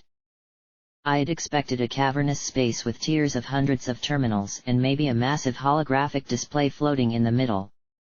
The somewhat underwhelming reality, a dozen terminals on ordinary desks looking out at a window angled down and curved to give a slightly distorted view of the entire launch field. A number of little displays above it showed the various rockets. A half-dozen zebra technicians sat at various terminals with two Brood unicorns standing guard. At the sight of me bursting in, the former scrambled under or behind their desks and the latter opened up with bolts of lightning from their dark metal horns. I jumped back into the cover behind the doorframe, electricity sizzling past me. P-21 drew a shock grenade, but I shook my head. I had no idea what those controls did. I didn't want to launch the rockets by accident. We require reinforcements, I heard one of the two Brood mares say in Silver Stripe's monotone. What? You talk? I gasped. Brood can't talk. Oral communication fallback protocols enabled, they replied dryly in unison. One of the zebra technicians began to creep towards an intercom panel on the wall, looking quite hesitant to do so. Expedite, they urged, not taking their eyes off the door as their horns glowed. I could almost feel our time slipping away. Then Glory launched herself out of cover and through the doorway, her beam pistol already spitting rainbow light. The brood were turned into sparkling dust, but not before one of them hit her hard enough with a bolt of lightning to send her slamming against the hallway wall. I rushed to her as P-21 and Scotch tape swept into the room, shouting at the technicians. The filly tackled the zebra at the intercom, throwing her forelegs around his neck and chomping on his ear. I practically shoved a healing potion down her throat, then unzipped the jacket and pressed my ear to her chest. "Don't be dead! Don't be dead! Don't be dead!" I whispered over and over again. I heard the beat of her heart. "Don't you have a world to save?" she muttered. I lifted my head and saw her sad smile. "You know you're better off with him," she said quietly. "Let me decide that. We're all getting through this. And then I'm going to work things out if it kills me," I promised, as I stroked her cheek. "I still haven't given up plans on making it all work between the three of us." "You never give up," she murmured with a shake of her head, then zipped the jacket back up. "Tomorrow," she promised. Then we heard the rapid approach of more brood, and I ran into the launch control room. Boo peeked down the hall and suddenly threw herself against the wall as a burst of gunfire spat at her. She rolled across the floor back into the room. "There's a whole lot of them common. Zebras and ponies too." "P-21, I said quickly. "Persuade them to take their time. Scotch, see if you can lock that door or something." I looked at the haggard, terrified zebras. "Pro Polly?" I asked, startling them and getting wary nods. I clasped my hooves together. "Okay. Time is short, and I don't want anyone to die. First off, I need to delay the launch. Is there some zebra here who can help me with that? Maybe do an emergency venting of the fuel." "Are you trying to blow us all up?" one zebra in huge blue glasses asked. "That's a terrible idea." "Congratulations! You're the leader," I said as I trotted over to him, trying to ignore the explosions in the hall behind us. "Listen. I need to get out there. I need to get on that big, fancy rocket. Tell me how to do that," I said as I stared into his eyes with a casual smile. He kept gaping from the window to me. "What's your name?" I asked. "Serenities," he said unsteadily. "Serenities?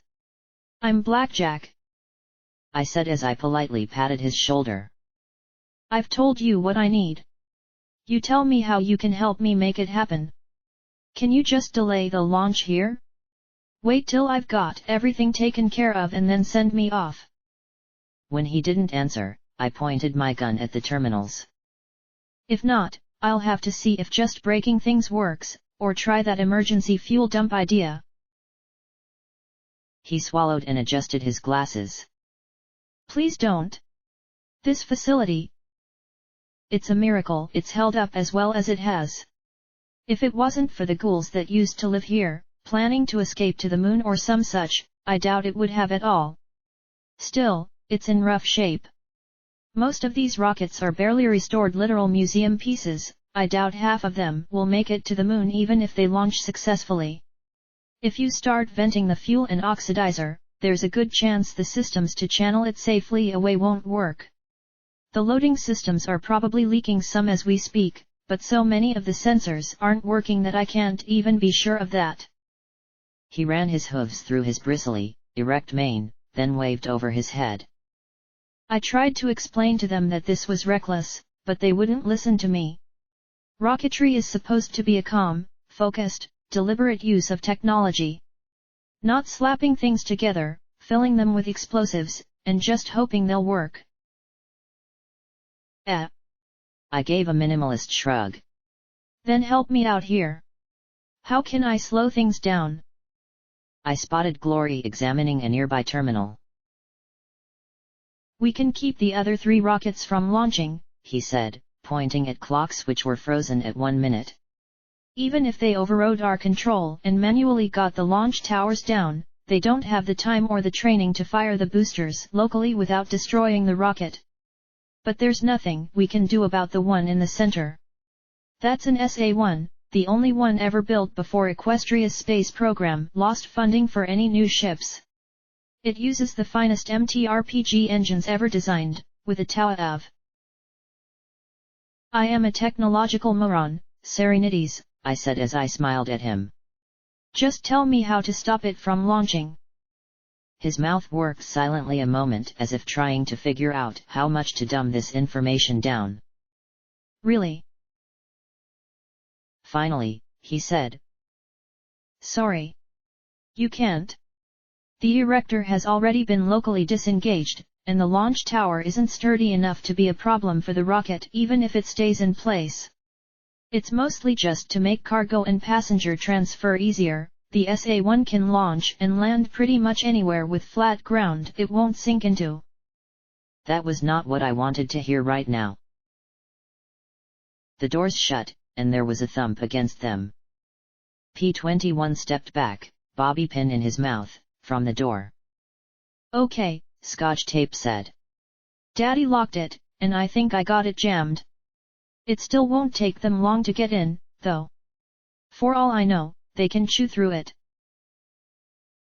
Not unless they can get it in their mouths, I replied with a smile, then turned back to Serenities. Well then, keep the other rockets here. If I can't stop her, I'll need a rocket to follow her. Be careful. There are magical fields that raise prior to launch. If you get stuck inside when the rocket goes up and don't reach a bunker, you'll be cooked. He warned. You'll only have 10 seconds between the fields going up and the engines firing, and that's if everything's working properly. Plenty of time. If I were able to teleport, damn it. Now, for the last challenge. How do I get out there? If he said I couldn't, that big window was going to have a date with Sexy on full auto with grenade chaperones. Thankfully, he pointed a hoof at a hatch set in the room's exterior wall. I rushed over, twisted the handle, and yanked it open. Behind was a 6-foot-long hall ending in what looked like a sturdy exterior door. I should stay here, Glory said. I rounded on her. What have we learned about splitting up? I told her. No, I want all of you with me. No one gets left behind. Some pony should stay, P-21 said, examining the door. That won't keep Brood out forever. I could do it. Glory shook her head. No. You couldn't get back in time, she said with a shake of her head. I've got a strong enough weapon to stop them. Plus, if you do need to launch one of the other rockets, someone is going to have to push the button and fly to you before it goes up. She patted my mane. Don't worry, Blackjack. I might not be Dash anymore, but I can reach you in a minute. How did I not like this? Let me count the ways. Blackjack, P-21 said gravely behind me. I'll be fine, she said as she stroked my mane. Hurry. You don't want to miss your flight. I closed my eyes, feeling her hoof as it brushed my cheek. Tomorrow, I murmured. Tomorrow. Till then, do what you do best. Go. She said, her hoof lingering a moment longer, and then she pulled away. I didn't trust myself to wait any longer. I stepped into the hallway and told Serenities over my shoulder to show her how to make the rockets launch, and then Glory closed the inner door behind us. The outer door opened to a stairway that ran down along the inside wall of the crescent. Sorry my plan didn't work like I thought it would, Blackjack, Scotch Tape apologized from her father's back as we hurried down. Hey! No sweat. If you could guess the inner workings of rockets a few months after getting your cutie mark, I'd feel really gypped. They touched the ground between the concrete pads with faded stenciled signs reading 5 and 1, closer to 5 than 1. Large grates covered dark pits that I guessed were for redirected rocket exhaust. A ring of talismans gleamed around each of the pads. Arcane bulwark.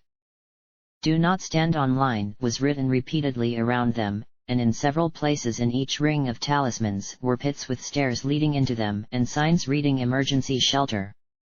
The pits seemed nearly full of water, but I couldn't make out more than that. At the bottom of the stairs, I looked around at the others and then put a hoof around Boo. Boo, I have a super special mission for you. She blinked at me. Do you feel up to it? Boo's face grew more serious. You need to find Big Daddy or Lancer and tell them that there's a Balefire missile aimed at this place. They need to ready to pull back quickly as they can. We're here. At this point, I'm not sure how much good they can do with their attack. You're sending me away again, she pouted. Because you're the only pony who can make it. I know you're lucky and smart and quiet. I gave her a kiss on her forehead. Get to them quick. I reached down and manipulated her pip buck, typing out a brief message. Balefire bomb targeting Space Center. Get out. Do better. Blackjack. If they didn't think I had sent her. Well. There wasn't much I could do about that. Boo moved away, paused to gaze longingly back at us, and then sped out into the shadows around the side of the building. The rest of us quickly made our way past them, the smaller pads towards the center.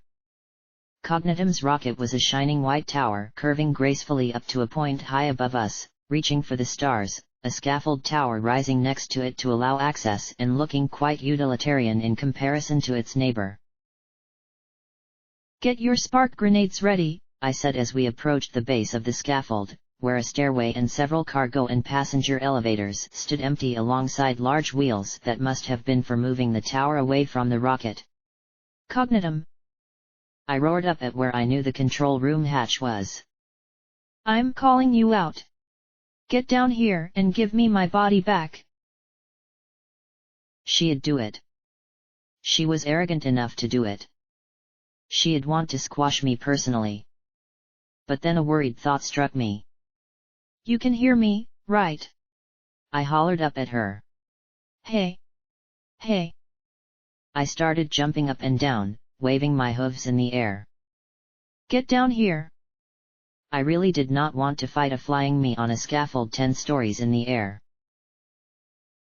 And the brood were coming. While most of them were occupied fighting our allies assaulting the facility from the outside, there were still plenty left to deal with us. I looked around and spotted a box marked Intercom 6 by the base of the launch tower stairway, rushed to it, and mashed my hoof against the button. Cognitum! There was silence, and then her voice crackled over the intercom. Who is this? You know who. You took my body and my baby. I want them back. I snapped. Your baby. Cognitum murred. Then her voice took on a purr that nearly made me bite the box. It is you, isn't it? How? Interesting. She said with a note of delight. I want my body back and I want my baby back. And how is it to want? I wanted a body and my kingdom back for 200 years. I dare say I'm handling it much better than you are now. And, let's be honest, I am going to be a much better mother to my babies than you ever will be. There was a pause. Did you just bite the intercom? I wasn't going to answer that, no matter how much my teeth hurt. I'm going to stop Horizons, I said as I saw the brood coming closer. Face me. Face you? Dear Blackjack, I have a world to save. I don't have time to indulge you, she said silkily. However, I will make you this offer. If I return and the legate is dead, I'll pardon you and your friends. I'll allow you a quiet life elsewhere in the world. The legate has fooled you, I shouted. There's a star spirit bound to Tom. The legate is planning on feeding it to the eater and resurrecting it. You're playing right into his hooves. You are deranged, Cognitum said disdainfully. The Toko mare will be restored and the core rebuilt, and we shall proceed into a glorious future. Too bad you are so mired in the past. Suddenly klaxons were blaring, red lights flashing on the scaffold tower as it started pulling away from the rocket with the grind of protesting machinery. Clear pad 6 immediately.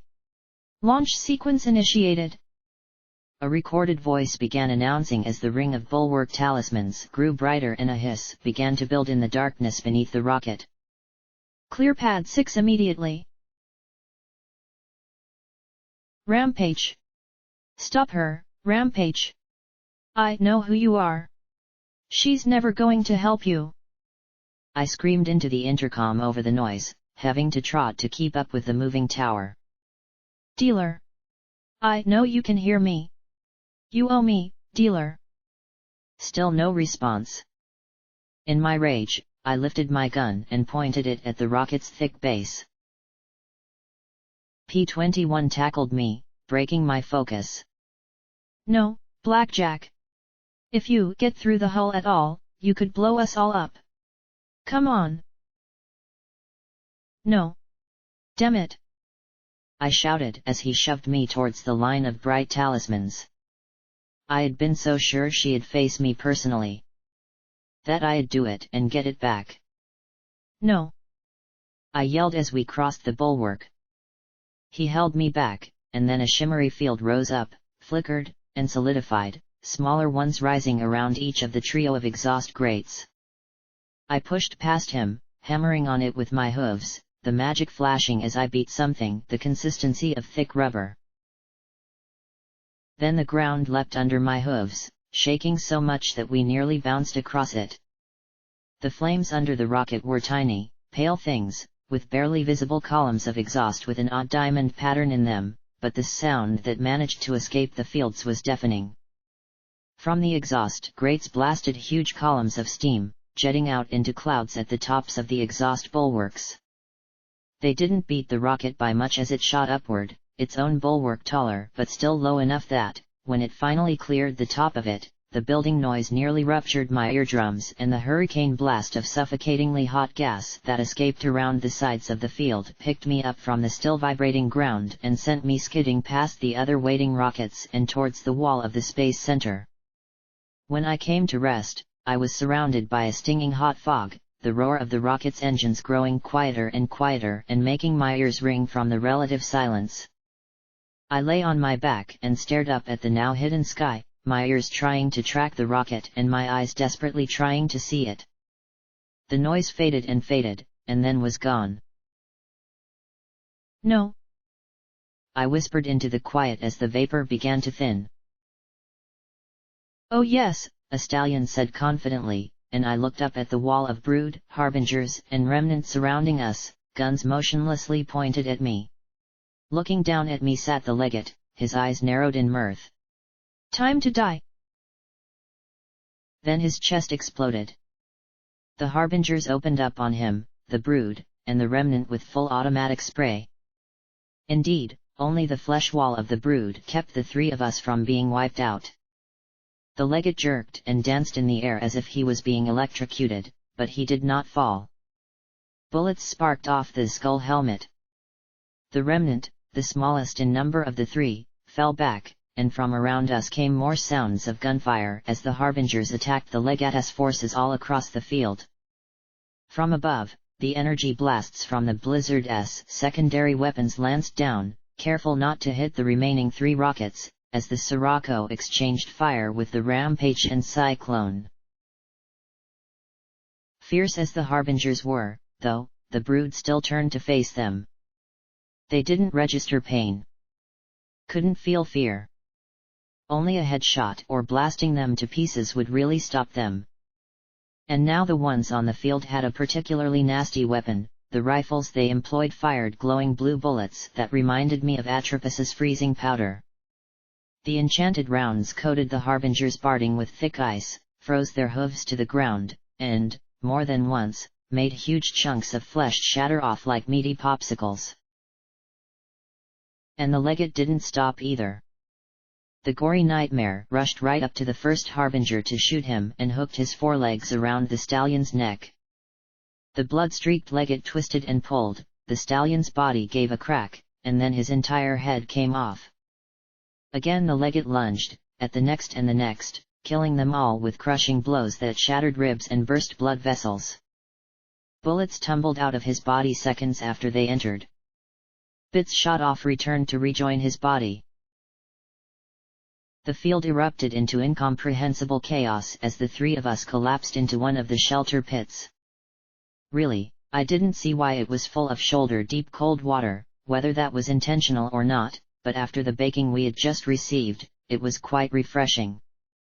Rusty breathing apparatuses hung on hooks. There was a button for an emergency hatch, but, despite mashing my hoof against it repeatedly, it wouldn't close. The shooting went on for several seconds, and I poked my head up. The legate stood on a field of carnage. Most of the brood and all of the harbingers that had been within his reach had died. The remnant were beginning to emerge from gaps and cover, though most of them looked as if they wanted to be anywhere else but here. I couldn't blame them as the legate stood in the middle of all that gore. He then turned back to us in the shelter pit. "Come on out, little fraud. Don't make me come in there after you." "Okay." Here's hoping he was in a talky mood. I whispered instructions to P21 and scotch tape, then climbed from the pit, water streaming from me as I faced him. "Starkateri," I said, and instantly his eyes narrowed. "Oh. An educated fraud. Or perhaps proof that my treasonous mate is working with the damned city," he said loudly, pointing a bloody hoof at me. "Well, no matter. Soon the city will be destroyed and the world purged of pony evil. I have sent the maiden back to the moon, and there she will remain, forever. Should she return, I will annihilate her." Why was he talking? He should just be killing me. But he had been the same way earlier too. He had phenomenal power to kill with his own hooves, and it wasn't enough. "You missed your calling, Amadi. You should have been an actor." Slowly I walked to the left, all eyes on me, and none on the filly and stallion rushing away to the other side. He froze, his eyes wide behind the skull. "You heard me, Amadi. You've been playing roles for centuries now. You used the war as cover for your schemes. Used the pony and zebra hate to play one against the other. You've been doing it for years now."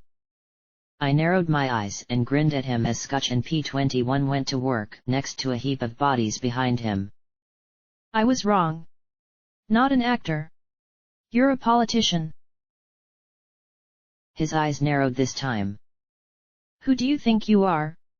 A mare with a dyed mane that thinks to rally this pitiful resistance," he said as he gestured with a hoof at the gap to the west. "You think you know me? You know nothing." "I know it was you at Littlehorn," I said as I stood there, a perfect target, keeping a distance between me and him as Scotch and P21 frantically smeared bloody streaks across the flight deck. "You brought the pink cloud talisman. Wired it with star metal to boost it. The more that died, the more it killed. Pretty effective," I said with as much contempt in my voice as I could muster. "I know you grabbed golden blood and fell to the ground floor, then unleashed the talisman. You killed so many. And, of course, afterward both sides blamed the other." His lips quivered behind the dragon's teeth. I had a guess that he was like golden blood, that he had a desperate need to vent all his accomplishments. Then his mouth split in a wide grin. It went marvelously, didn't it? Better than I could have ever planned. Then the fire in Hoofington? I wanted to torch Ponyville, personally, but there were too many soldiers in the way. He laughed sharply, an echo of wonder 2 centuries old in his voice as he went on. But Celestia abdicating her throne and Luna taking it? I couldn't have planned that in 10,000 years. The other zebras looked on, muttering to each other as the legate continued to stare at me. But it's been hard, I continued. You almost had the Toko mare activated, didn't you? So close to Luna turning it on. Let me guess, the next plan was to raise it to the surface? Get the moonstone to it then. His smile began to fade. How? And his pupils started to constrict. No. He hissed at me. The bombs falling really did ruin everything for you, didn't it? Let me guess. You planned on Luna winning, and then you would use her dream of a strong, futuristic Equestria to cover what you were doing. You would keep up your exploits in the shadows till you could achieve your goal. But everything fell apart. I grinned at him. Ashtur probably didn't like that, did he? That's impossible. No. He said as he stared at me. All that hard work wasted, but you're nothing if not persistent. Use the wasteland. Use the hoof. Use the remnant. Use cognitum. And then, when I stepped out with EC-1101, everything started moving again. Horizons got ready to fire. Cognitum started to move. And you had your golden opportunity. The legate took a step back from me. That's impossible. You can't be. You're a fake. You're nothing. You're dead. Dead. I threw back my head and laughed. I've died 3 times, and it hasn't stuck yet. I've destroyed goddesses and purged abominations from the land. I've broken the skies and cast down the towers. I've stood in the mouth of the Eater of Stars and walked out again. I pointed my hoof at him and cried out, I am the Maiden of the Stars, Amadi. Say my name. His eyes bulged, as if he were in a grip of a magic spell. Say it. I ordered. Blackjack. He whispered as if fighting to assimilate the idea, but then his eyes narrowed and he shook his head, never taking his eyes off me. No. No. It can't be. It's impossible. He said, his voice tightening in horror. He pointed his hoof at me. Kill her. Now. But not a one moved against me. I saw more bars turn yellow than stay red. Shoot me and be forever cursed. I warned, watching more bars turn yellow. You're not the maiden. She's gone to the moon. His eyes dug into me. Not yet, I haven't, I countered. I raised my hoof as I saw P-21 finish painting and signal me with a hoof wave. I swallowed, glad he couldn't see me sweat. If this didn't work, and there were so many ways it could fail, he'd stop talking and start trying to take me apart. I raised my hoof over my head. Now, as Maiden of the Stars, I call on the skies to strike you down and smite you. I paused, swallowing. Right now. His shock melted away into a smoldering rage. Any second. I said as I glared upwards. Now, damn it. Idiot, he said in disgust as he turned from me. I watched those yellow bars turning back to red as he said contemptuously, kill her. Then he froze as he stared at the ground behind him, and the letters L, E, G, A, T, and E written 10 feet tall inside a crimson arrow pointing right at him. There was a resounding CHOOM, and he disappeared in a blinding beam of light. I fell hard on my ass, wondering which airship had taken the shot. I'd kiss them all if we made it through this. even afterburner and hoarfrost. I blinked repeatedly to try and clear the line burned in my vision.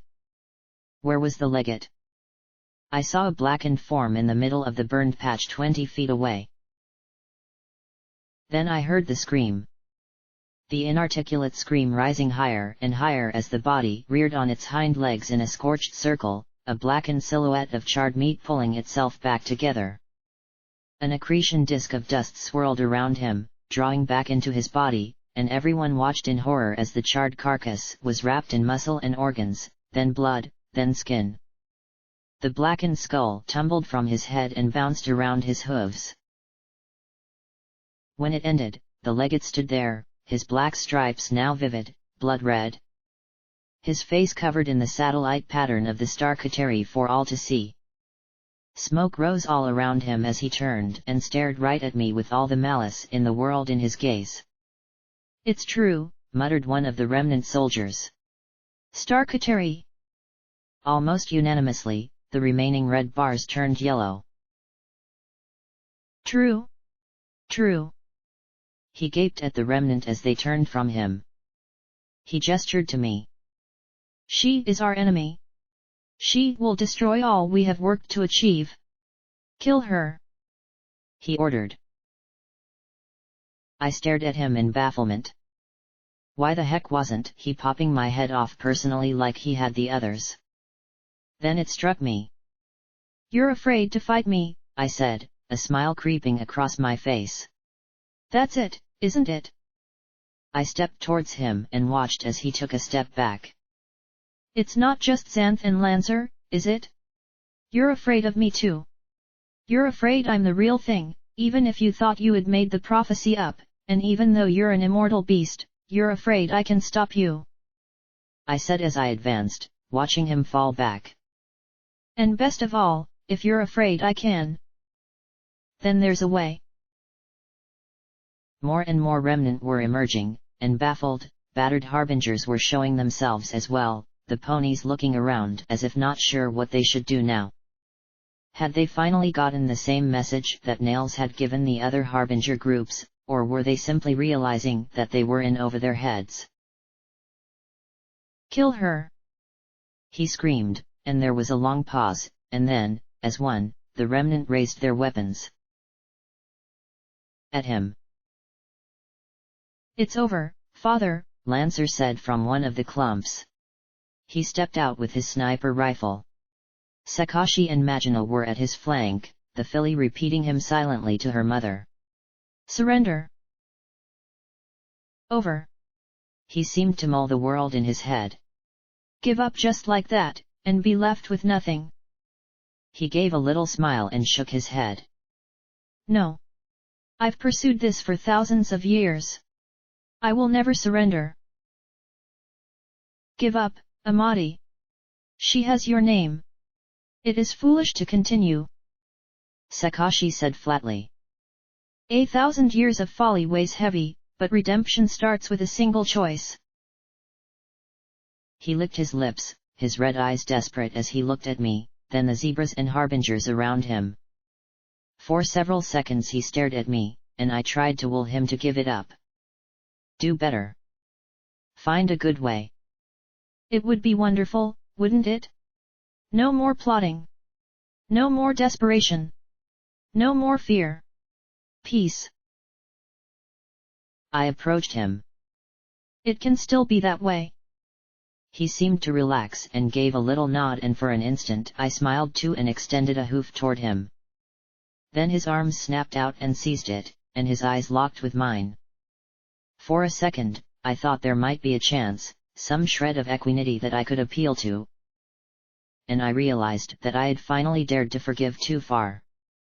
Thousands of years of hatred, war, blood, and more thundering behind his eyes in an unending storm.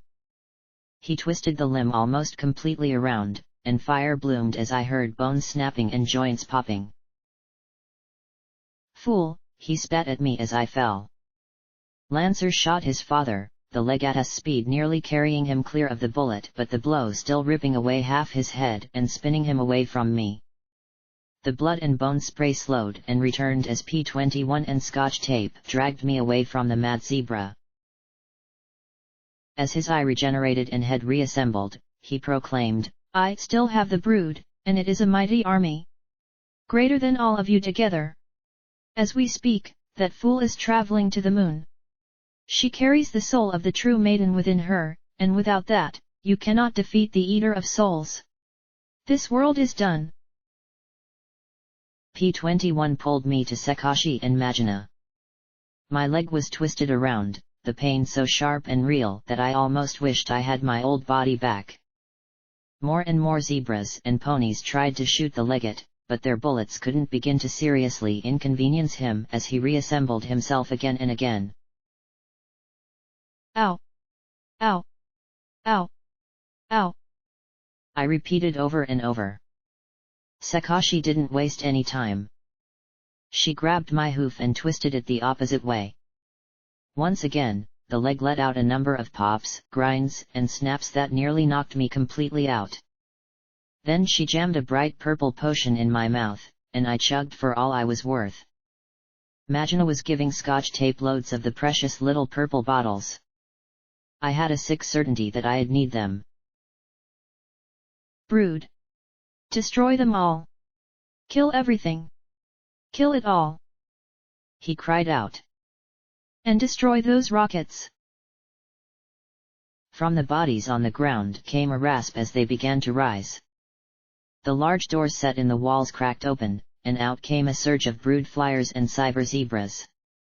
The defenders in the gap suddenly reversed, turning inward and rushing forward. There were only 3 rockets left on the pads. If they took out all 3... "Crap," I muttered as I rose to my hooves.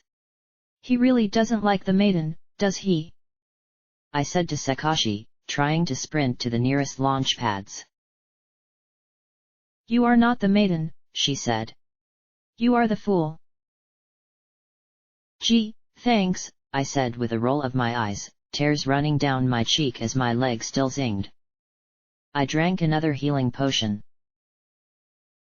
"It is not an insult. The fool terrifies because not even the fool knows what they can do. They gamble against odds no others would dare. They dance on the edge of the precipice because they can. They overcome where all other sensibility would fail. Tyrants have always feared the fool, for they bring disaster and suffering for their plans. They are heroes without parallel and monsters without equal, because they do what they will, and damn the plans of others." We started moving towards the closest rocket. "That Star-Kateri mare called me the gambler, though," I said with a little bafflement. She gave a smile. "They are one and the other. The fool plays at odds no wise person would dare. They are minions of chance, agents of chaos, and tools of discord." "Then what is the maiden?" I asked, making sure she could see my lips. "Hope for some and despair for others," she replied. "She breaks bonds and ruins fortunes. She challenges and overcomes, and breaks her enemies. She is, like the stars themselves, a catalyst. Keep her at rest, for should she act, it will mean joy for some and terror for others, and none can say which for whom," she said gravely. "I have many stories about both, but I fear that there is no time for them now, Blackjack." She sighed and looked around. "It is a bad day when there is no time for stories." "Yeah, I know the feeling," I replied. Then I caught her gaze again. "The legate has a balefire missile aimed at this place. You need to get the remnant out. As far from here as you can. We will see you on your way first," she said, and then she turned and started to speak in rapid-fire tongues to the other zebras. I stood and looked up at the nearest rocket. "Gambler and fool, huh? That suits me just fine. Ante up." There were brood between me and my rocket, but I had a squad of zebra commandos at my flank. Together, we charged in. The cyber zebras were trying to duct tape explosives to the booster, but precision snipers were blowing holes in their heads before they could. I made it as far as the base of the launch tower steps when there was a loud ping and a whoosh, a short jetting puff of white vapor shooting from the side of the rocket. Alarms began to sound as more bullets punched more holes, vapor jetting from some, liquid dripping from others. Dozens. Hundreds. Eventually, ones were punched too large or jagged to seal shut on their own. Brood rushed in, grenades gripped in their mouths as they continued to fire. I grabbed P-21 and Scotch tape, and we fled. The bulwark fields rose up just before one of the boosters tore itself into a storm of shrapnel and fire that disintegrated any brood caught inside and called the other 3 boosters to join it. The bulwark protected us from the devastation and the fireball rising into the night, but the twisted wreck hidden by the smoke wouldn't be flying again. 1 down. 2 left. I didn't waste any time.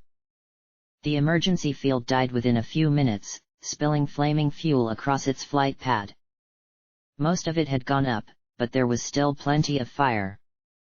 "Don't let the brood take this one out," I yelled as we pelted towards the next nearest launch pad. The snipers opened up and picked off the brood racing us. We made it to the launch tower without a problem, and I sprinted up the stairs. Up. Up. Up. Up. I shouted as P-21 and Scotch tape climbed after me. "Blackjack, look out!" Boo shouted from below. I stared down at where the blank mare stared up at me. "Tank!" she shouted, pointing her hoof to the side. I leaned out and spotted the tank that'd been in the gap, rolling around the wreckage of a rocket, thankfully one of the ones that had already been ruined when we arrived, and swiveling its cannons towards us. "Down! Down! Down! Down!"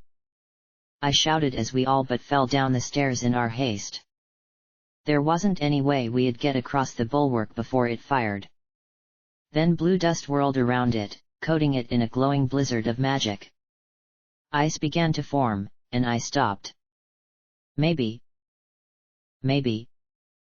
I looked back up at the rocket hatch. Then the tank fired, the shockwave shattering the ice on its front. The shells gouged deep lines in the flight pad. "Down! Definitely down!" I screamed as the frost-rimmed turrets began to elevate. The magic might be slowing it down, but I didn't doubt that it would fire. We hit the flight deck and ran for our lives. The tank fired again, and the base of the rocket blossomed in flame.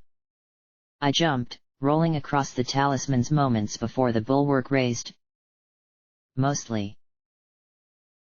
When the tank shell had torn the pad, it had crossed the circle of talismans. The thin, dim field across the gap held for a split second, then yielded. A river of fire, hotter and whiter than the breath of a dozen dragons, poured out and washed over the tank. Even on this side of the rocket, I could feel the cyclone-like gush of blazing heat. The tank didn't stand a chance. It exploded like a firecracker in a flamethrower's scream. Then the entire fire-fused mass of the rocket and launch structure gave a whine and slowly keeled over. It hit the weakened side of the bulwark, and the field began to fade. "Running! Keep running!" I yelled.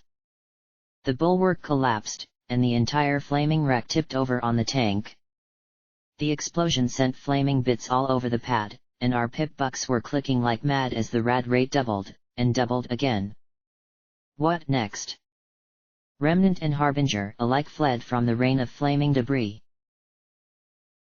"I am already tired of this day," I groaned.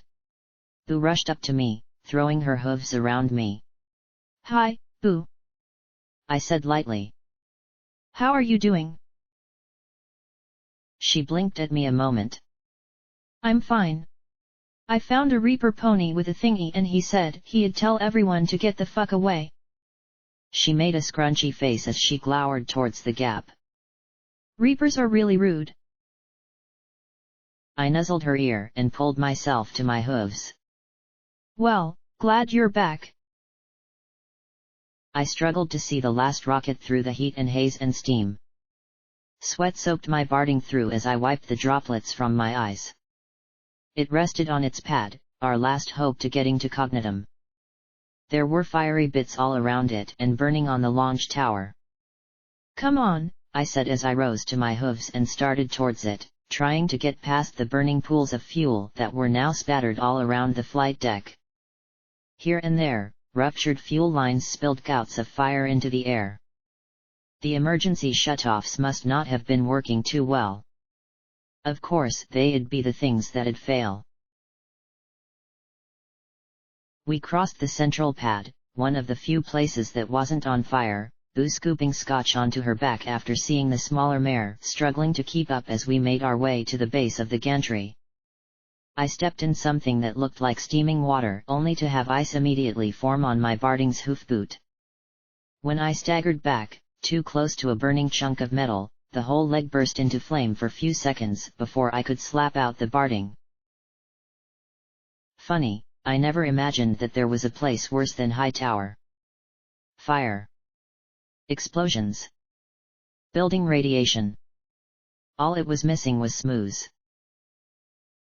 We had lost our zebra escorts in the second explosion, but it looked like the brood were dwindling. He might have an endless supply of them, but that didn't mean he had all of them here. Between the Harbingers, the Remnant, and their self-destructive attacks, it was abundantly clear that even they weren't lasting long. That was just out here, though. I looked up at the window of the control room and saw flashes of gunfire and energy beams. We had to get in the rocket and get her out of there. Why had we separated? Why hadn't I stayed behind to guard the command center? But I was only one mare. I couldn't do it all myself. No pony could. The third and last rocket was still intact, and I thought for a moment that I had finally beaten the odds. But as I got close, I heard the strangest humming, and when I put my hooves on the metal steps, I could feel them vibrating beneath me. I stared up the stairs and spotted the Legate halfway up. His forehooves were a blur as he pounded them against the thick steel beams of the tower. A normal pony would be beating their hooves to nubs under that pounding, but of course his regenerating body would never succumb to injury. Nor would he tire. But what was he do? There was a sharp ping, and a rivet near the bottom of the gantry popped out. As I watched, the bolts were turning slowly in their sockets as the vibration only grew more and more intense. I remembered how the Legate fought, his blows disturbing the energy in a body. This gantry was just one enormous body, and he was adding more and more energy to it, resonating it at the perfect frequency to shake it apart. "Go!" I shouted as I tried to rush up the stairs. My hooves were sliding and humming under me as I struggled up to where he pummeled the metal. Welds cracked, and one step fell away under my hoof as I put my weight on it. The humming reminded me of the monotone note of enervation.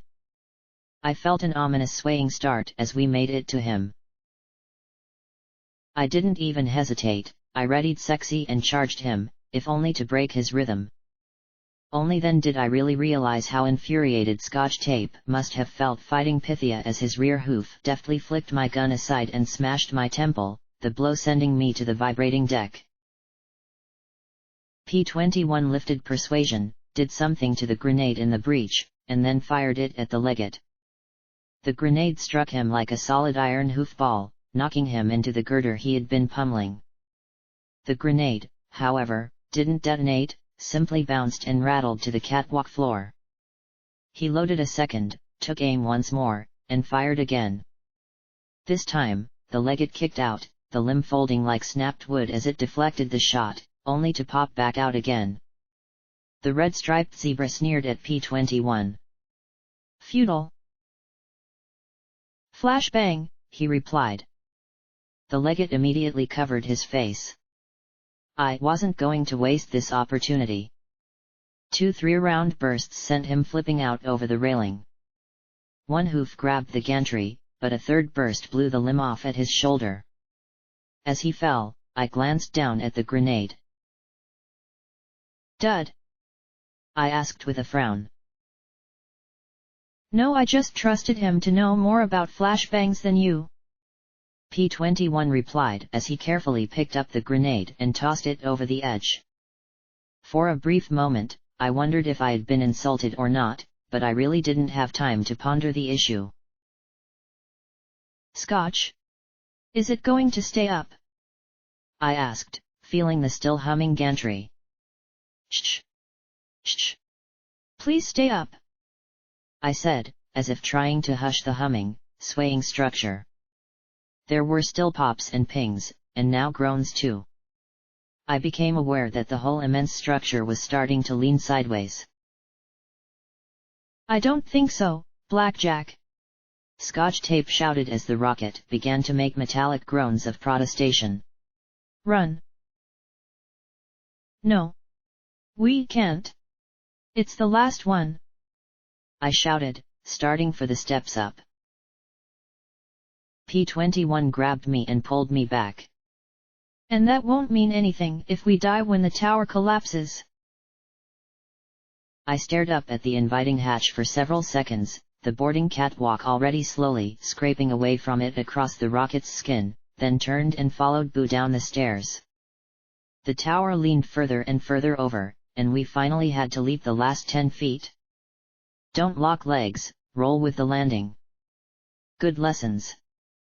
I looked up and back to see the tower fall sideways, away from the rocket. Maybe it would still work. And then the tower hit one of the launch clamp supports, and I saw that the opposite one was already lying in pieces on the launch pad. The support twisted under the weight of the tower, the clamp still attached to the rocket pulled it away from the other two, and the great ship crumpled in the middle and toppled, smashing into pieces in a great pool of steaming liquid on the ground. Maybe we can fix it, I muttered as we backed away. Then the puddles exploded, the bulwark going up and slicing the rocket in two just in time to save us from frying. I looked at the still open, now deformed hatch in the rocket's upper half as we hastened away from the flames, just in case the bulwark had been damaged by the fall. The last rocket. The last chance to stop Cognitum. The entire world had grown oddly silent. I staggered away, reached an intercom box on some machine I couldn't identify, and sat down hard. With no way to stop Cognitum. And no folly. There was no way I could win. I pressed my head to the warm metal, trying to abate the throbbing in my head. What now? P-21 asked. Now? I dunno, I answered, unable to look at him. There was a crackle on the intercom. Blackjack, Glory said with the sound of gunshots behind her. Apparently there were still brood that hadn't gotten the memo they'd won. Get out of there, Glory. It's over. Maybe Little Pip could park the SPP hub in the path of Tom. Was that possible? No. It's not. Get to pad 1. I frowned and looked across at the pad next to the stairs. It was one of the rockets I assumed had been destroyed in the fueling, the one covered in ice. But now, it was covered in zebras. Serenities and the other pro-poly are getting it ready to fly. They've already fixed the problem that stopped it last time, you just have to keep the Legate from attacking it long enough for them to get the oxygen tanks filled. They're doing it now. Hope, terrible and wonderful hope, stirred in me. Keep him busy, I said as I rose to my hooves. Yeah. I can do that. I could see a sole remaining red bar on my EFS, out in the middle of the launch pads. I made sure my magazines were topped off, put on my helmet, and started walking. The Legate stood in the middle of the circle of rockets as the flames danced around the launch pad. His blood-red stripes seemed to glow with a light that outshone the roaring glare and chaos that reigned around him. Brood against Harbingers. Remnant versus Brood. Reapers fighting Remnant. Brood slaughtering Reapers. And in the eye of the madness, in the center of the grated hull of the SA-1S launch pad, thin warm steam rising around him, stood the striped stallion. And he was laughing. It was a joyous laugh. A rolling, ragged, elated laugh, finally free of the constraints of discipline, like a slurry of madness and hateful delight was pouring out of him, and he spread his hooves wide and whirled. Head thrown back, mane snapping in the wild winds tearing around the launch pad, he shrieked in glee, reveling in the slaughter all around him. He wasn't killing a single pony or zebra himself, he celebrated like a child who had successfully destroyed a deep friendship out of petty spite because he had no such solace. I stepped onto the grate with him, the wind whipping my black and red mane as I stood there, facing him. "Beautiful, isn't it?" he asked, his back to me. "You have no idea how long I've been waiting for this day." I was done with witty repartee. Sardonic retorts. I answered him with a storm of lead.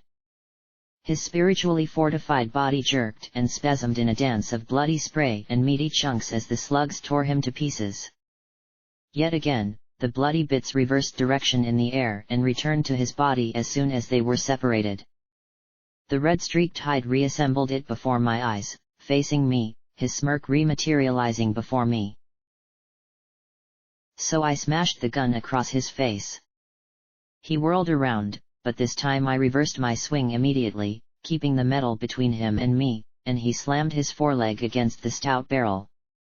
I was rewarded with the sight of his foreleg bending like clay around the metal with a crackling noise like snapping plywood, but even more satisfying was the look of shock on his face. Pity that expression disappeared an instant later as I blasted away his face. "Futile," he rasped from a shattered, reforming throat. But I didn't stop. Even without eyes, he had an uncanny ability to strike back at me, his left hind hoof pistoning into my face. I staggered back, the blow making my head throb and vision blur for several seconds. But I didn't let myself delay, pushing through the pain to spray a full auto fan of lead in his direction. Most missed, but the hail of rounds took his hooves out from under him and gave me a second to refocus. I made like a zebra, shouldered the gun, braced it with a hoof, and bathed him in fiery lead.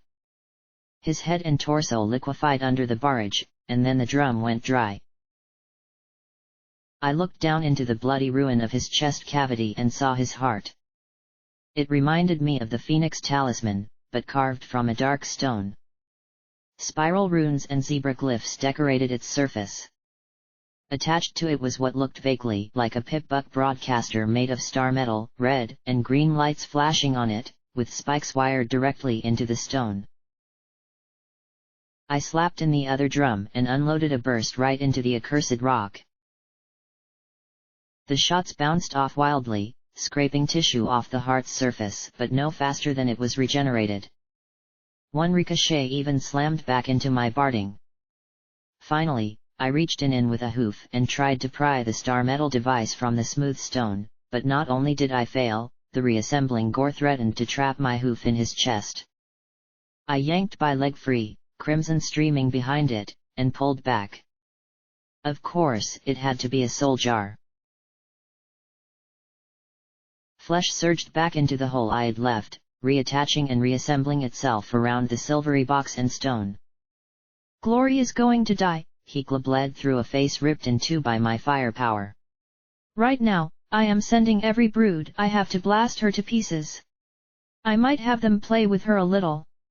Indoctrinate her into your NP-21's little club." He face reformed enough to make a leer. I did the only sensible thing I could in that situation. I reloaded. "Blackjack!" P-21 snapped as he emerged from the smoke and haze, holding me and stopping me from turning the legate into paint again. "He's stalling you." "I don't care," I snapped, aiming at him once more as a sooty scotch tape and Boo emerged as well. "Oh, but you do. You care." The legate hissed at me as he sprang casually to his hooves and we started to circle. "Shoot me. Shoot me all you can. Maybe you'll find a way, false hero. Some way to end me. Some trick. Some gamble. That is what you are, after all." Dice thrown by higher powers in a desperate attempt to change a future that is immutable and irrefutable. You care so much it causes you pain. Then the legate exploded, the lump of rock and gore bouncing across the grate. He talks too much, P21 said as he lowered persuasion, then turned to me. Blackjack, he's stalling you. He knows we're trying to stop Horizons. Fighting him is doing what he wants. I blinked at him, then over at the reconstituting lump of pure, unadulterated bastard. You can't shoot evil to death, Blackjack. You just have to do better. Let's go, Blackjack, Boo nodded. We've got bigger things to do, Scotch Tape agreed. I slowly approached and stared down at him. His spine appeared, fused to the pieces pulling themselves back together again. His eyes reformed, glittering with malicious spite. I couldn't just walk away from him. Not after all he had done. Not after all he had hurt. I knelt down, seeing where his body was trying to reform through the launch pad grate. I stared right into his eyes and said the one word I was sure would get him like no other. Discord. My lips curved in a smile. The mirth and malice disappeared as he stared at me. I rose, delighting in the opportunity to see my foe in mental anguish. It was a heady drug. No, he said. No, you can't. He didn't. You can't be. You were broken. He spat as his pupils shrank. The stars never lie. So? Not the first time I've been put back together, I said coolly. And now I'm going to stop her, stop Tom, and stop you. Because Discord convinced Cognitum to take my soul and put it in this blank. No. That's impossible. He roared up at me, all mirth gone. You're trapped here. Discord could do it. Uncle Discord saved Blackjack, Boo said with a fond smile. Even if he had to die, he did it. Funny how much love one mare's eyes could have for one of Equestria's villains. I couldn't say I didn't feel the same. Blackjack, P21 warned. Still, I couldn't help myself. See that rocket? That frosty one? Turns out it still works. I checked Sexy's magazine coolly, then slapped it back into place. I'm going to get my body back, and not you, not Cognitum, not even the stars will stop me. I started to turn away when a thought occurred to me. Hey, Amadi. When I put my mind back into my old body, I guess I really will be the maiden of the stars. Least for a little while. Funny, huh? That the prophecy you made up will actually come true. And I turned and started away, a satisfied smile on my face. Gloating might be a terrible habit, but damn it felt good. Then he screamed. It wasn't a scream like one a pony could make, or any beast's. It was more the harrowed howl of a feral ghoul, devoid of any sanity, ripping from a throat indifferent to injury. An expression of such rage and fury that it encompassed every aspect of the note. If that scream could be weaponized, it would have rivaled a balefire bomb for its fury. You're dead. All of you. Everything. Dead. Dead. Dead. He ranted as he struggled. For several seconds he went on like that, and then suddenly he went silent. I froze, turning to see him watching me. His eyes were wide, wild. But a smile rested on his face. A look of triumph. Dead, he stated, low and certain. But what could he do? He was just making idle threats. The idle threats of a trapped lunatic. He probably really had lost his mind. And yet... what could he do? I didn't see any brood charging the field. He was stuck. So what? What? That device. that thing he had wired to his heart. That had to be how he controlled the brood. And maybe much more.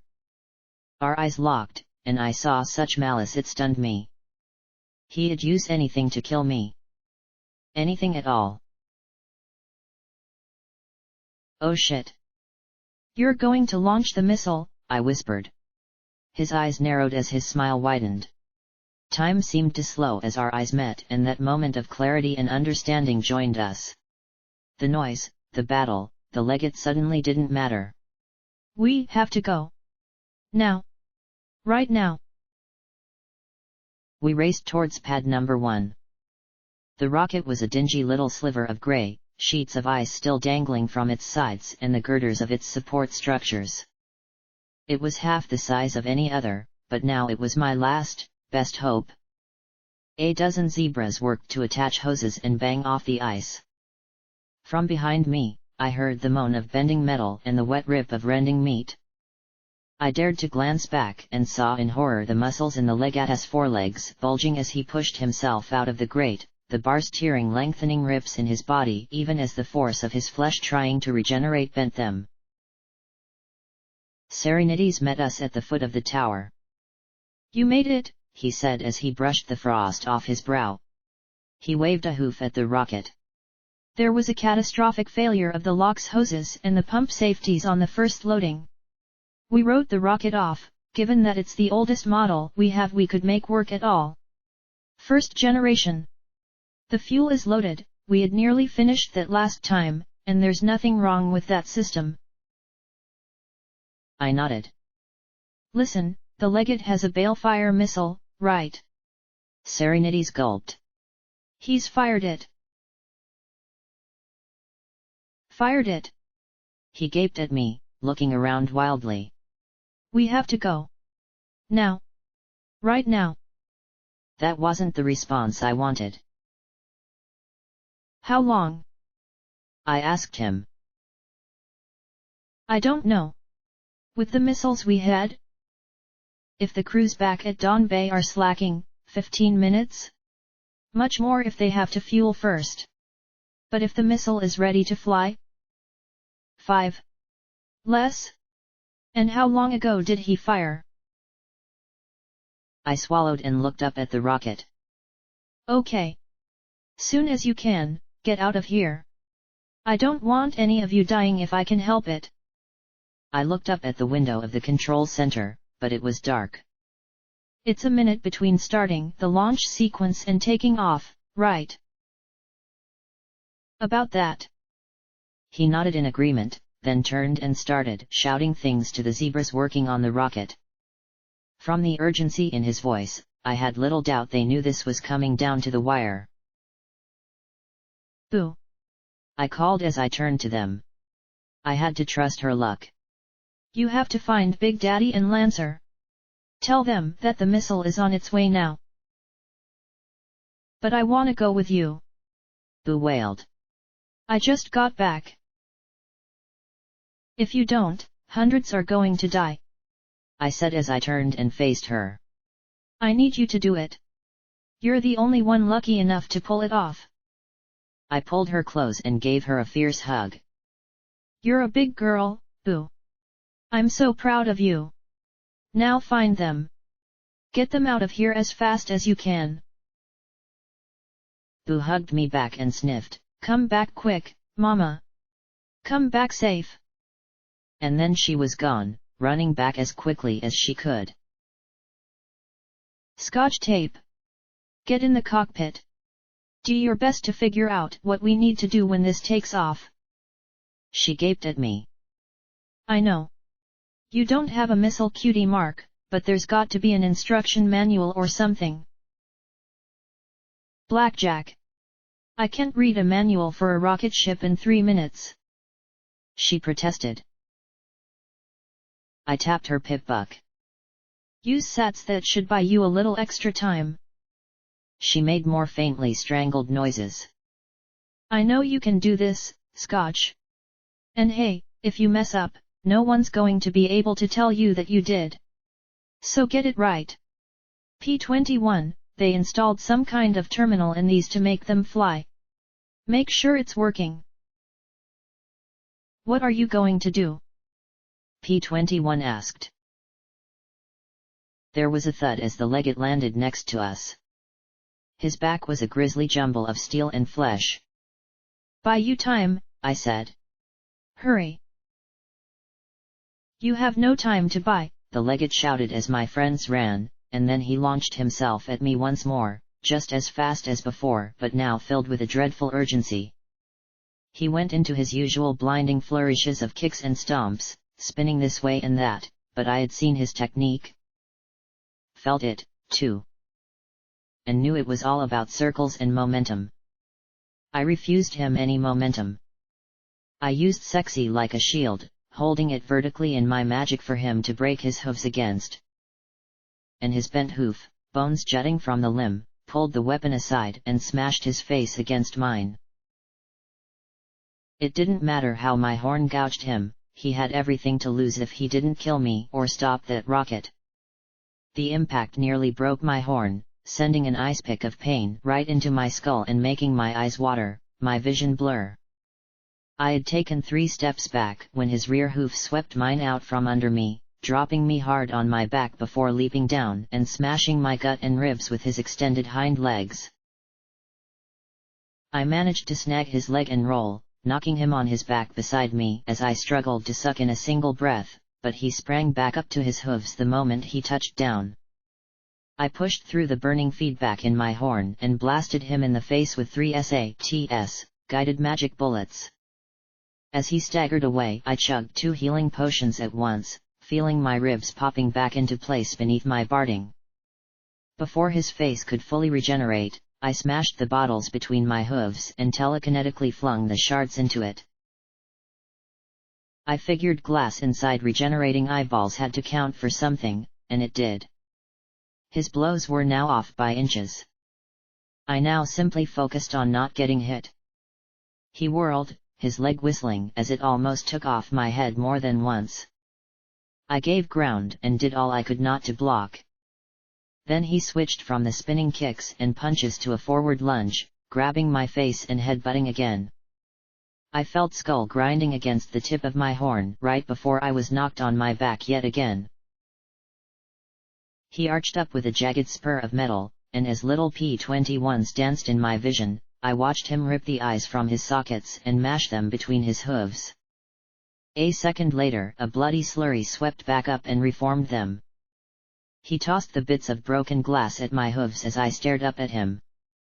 Even without augmentations, you fight well, he said as his eyes narrowed. Then he turned his head and looked right at the propoly trying to get the rocket ready to fly. They don't. He raced towards the rocket as I rolled to my hooves. If only I could teleport. Instead, I slipped into Sats and targeted one of his hind legs. 2 magic bullets blasted it off halfway, but the stallion barely broke stride. I grabbed the dismembered leg with my magic as it slowly started to return, wrapping my hooves around the length and letting it drag me after him. As the leg reattached itself, I pressed sexy to his pelvis and fired a full auto spray of buckshot straight into his torso. The legate exploded, again. I rolled twice, then ran to the base of the rocket. Hurry! I exhorted them as the legate rose to his hooves. If that balefire missile was on its way, I was already dead. That rocket was my only hope, and he was charging straight at it. I got in his way, unable to dodge and keep him back at the same time, and tried to block one swinging forehoof with Sexy's reinforced barrel. I succeeded, but he gripped the gun, and his hind leg swung back, striking me in the head so hard I heard something crack and suddenly saw 3 of him. Then he dove past me at some hoses marked locks dangling from one of the launch structures. I didn't dare shoot, so I did the only thing I could, I bit down hard on his tail, lifting my forelegs to block the double kick to my face. Bones in my forelegs cracked at the impact. Still, I kept my grip, struggling to pull him back from the rocket. The propoly were now fleeing for their lives, moving down into maintenance spaces at the base of the wall. Serenities ran to the intercom and shouted into it, "Miss Glory, is everything green?" "Yes. Pad 1 is green." More gunshots over the intercom. "You need to hurry," she said. "Wheel, lever, and wedge, Miss Glory," he said, as if the words were a benediction of some sort, and then he turned and left as well. It was now between me and the legate. He might have been extremely strong, but even he couldn't tear off his own tail, no matter that I tasted blood in my mouth. My feet skidded as he pulled me closer to the hoses. My horn glowed as I swung the barrel sideways and knocked his feet out from under him. "Blackjack," came Glory's voice over the loudspeakers. If I hadn't been dragging the legate back, I would have cheered to hear her voice. Instead, I battered him with my shotgun as I tried to pull him away from the remaining rocket. "I see you on the monitor. There's a missile coming." Rapid-fire gunshots tore out of my pip buck, and she cried out in pain. "Please. Hurry."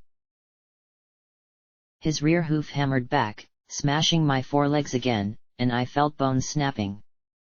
I needed a healing potion before he crippled me. I took a chance, released his tail, and gulped 2 down. Battering him with sexy, I pulled out 2 more, barely able to hold them with my fractured hooves. I had them half drained when his hoof flashed out and shattered them against my teeth. I screamed then as my mouth tried to expel bloody glass while healing at the same time. My magic focus was lost, and I grabbed sexy in my hooves to keep him down with the swings. The legate grabbed my gun, and as I lifted it, it pulled him up enough that he slammed his hooves against my horn, breaking my focus. Then he swung one of his 4 hooves across, tearing open my scalp under my compact spire. Blood dripped into my eyes as I finally released his tail and raised my forelegs to try and block him, but, now free, he dropped down and punched me hard in the gut. I vomited noisily onto the concrete and fell back, barely able to breathe. He raced straight for the rocket, reaching over his shoulder and ripping out a long strip of bloody shrapnel from his back. It dragged along the ground beside him, and my heart froze as I made out tiny gouts of flame flashing from the fuel soaked into the poured stone. All it needed was to ignite a large enough volume, and we'd all go up. Then a blue cannonball landed right on his back, knocking them both to the ground and making him drop the metal bar. P-21 wasn't a fighter, he wasn't even all that big for a stallion, but he slammed his hooves into the legate's head again and again till finally the zebra was forced to fight him off. With a wild toss, P-21 went flying, landing next to one of the hoses. "Enough of this!" the legate shouted. "No more! No more plotting! No more scheming! No more fighting! No more wasting my time with this annoying, futile hope! I am the chosen one! Supreme! Invincible!" He then snatched up the bar, the sharp, jagged edge glinting in the floodlights, hooking it in his hooves and raising it for a downward swing on one of the hoses. I struggled to put together enough focus to try a magic bullet. For all I knew, it would ignite everything anyway. Then P-21 grabbed one of the hoses near where it joined a pipe on the tower and pulled with all his might. The old tube, coated in frost, gave a ripping noise and suddenly popped free in a cloud of white. He turned and pointed it right at the red-striped zebra, bathing him in a stream of evaporating fluid. Some safety had to exist, because after several seconds, the flow cut off. The legate stood there, bar overhead, a rime of frost covering him from head to hoof. I had to drink a healing potion just to see clearly, wiping the blood out of my eyes and spitting out a shard of glass stuck in my tongue, then approached the legate. Some of the freezing fluid was still dribbling down his body, and I could hear little creaks and pops. "Invincible this," I said, and swung the bar with all my strength. The legate's limbs shattered, falling into the puddle of freezing fluids, breaking like a delicate figurine upon the ground. I rushed up to P-21, trying to pull the hose away as it drooled cold steaming liquid. it took a great deal of his fur with it. And other things that I'd need healing potions for. He shivered horribly against me. He talks too much. P21 muttered, ice dangling off his mane. Come on, I said, not knowing how long we had before the legate thawed or we all fried. Levitating my gun, I put him on my back, carrying him up the spiral gantry in the rocket's launch tower. Glory? Are you there? I asked into my pip-buck as we reached the open hatch at the top. Soon as you can, you need to start the launch sequence and get back here. I reached the hatch. Glory. Got it, she said a little lighter than I liked. Are you okay? Magical interference be damned, if the answer was no, I was going to break the laws of physics and magic to bring her back safely. I'm fine, Blackjack, Glory said. Hurry. You don't have long. More gunshots sounded from the pip-buck. I've started the pre-launch countdown already. It's all automated. Good. Come straight away, okay? I asked as I tried to ignore the sounds of shooting over the radio. I got P21 inside the much snugger interior of our rocket. There were just 4 passenger seats, the 5th with the controls occupied by a cobbled-together terminal machine like the ones in Cognitum's rocket. I set him down in one and started buckling him in. 4 small portholes along the wall and in the door let me see out. I'll try, Glory said quietly. That set alarms off in my head. More gunshots sounded, now from both my foreleg and a speaker in the capsule. I spotted a terminal showing the control room. Heaps of dust, dead zebras, and slain brood littered the place. Glory looked up from a terminal and smiled at the camera. Almost instantly, a unicorn brood teleported into the room. Glory immediately whirled at the flash, the beams from her gun lancing out and biting deep into it. Magic bullets slammed into her as her beams cut down the machine, the jacket absorbing many of the hits. But not all. Her wings and haunches wept with dozens of wounds. I rose to my hooves as Scotch Tape strapped herself in as well. Hang tight. I'll be right there, I said as I started towards the door. It swung shut in my face. There was the sound of bolts being driven into the hatch with whirring noise. I slammed my hooves against the metal. What's going on? I shouted, slamming my hooves against it, looking around for the doorknob as I heard the bolts thunk shut. Glory.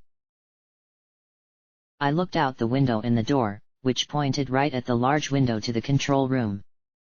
I could see flashes of light from inside. I can't leave, Blackjack. I don't know how to disable the controls. If I leave, they could abort the launch, she said, my ears straining to catch her words over the rattle of gunfire. I rushed back to the terminal, watching as she hunkered behind the terminal, blasting again and again. Back to the hatch, back to trying to figure out how the damn thing opened. Get out of there, Glory. We'll leave. Find another way. I yelled as I beat my hooves against the metal. There had to be some way. Open this thing, Scotch, I said, looking at all the knobs and levers. I whipped my head around and screamed, open it right now. I have to get to her. Scotch Tape stared at me. Tears streaked her cheeks as she stared from me to the shivering P21. Do it, I screamed at her. No, P21 said through his chattering teeth. I'd do it for you, I yelled at him. I'd do it for you, Scotch, I snapped at the stricken filly. And she is doing it for you, he answered, tears streaking the lingering frost on his cheeks. Just like we would do it for you. No. No, no, no. I don't want anyone to die for me, I said as I slammed my shoulder against the hatch. Where was the emergency open? Something. Glory! I sobbed. Blackjack, the missile will impact in a minute, Glory said calmly, glancing over at a display. I can see it here. There was a thunk, and a hiss, whine, and rattle sounded in the guts of the rocket. I've checked the flight path. You're going to get to the Lunar Palace a little behind Cognitum. My view of the control room was briefly blocked by a moving beam as the launch tower swung down and away to the sound of klaxons.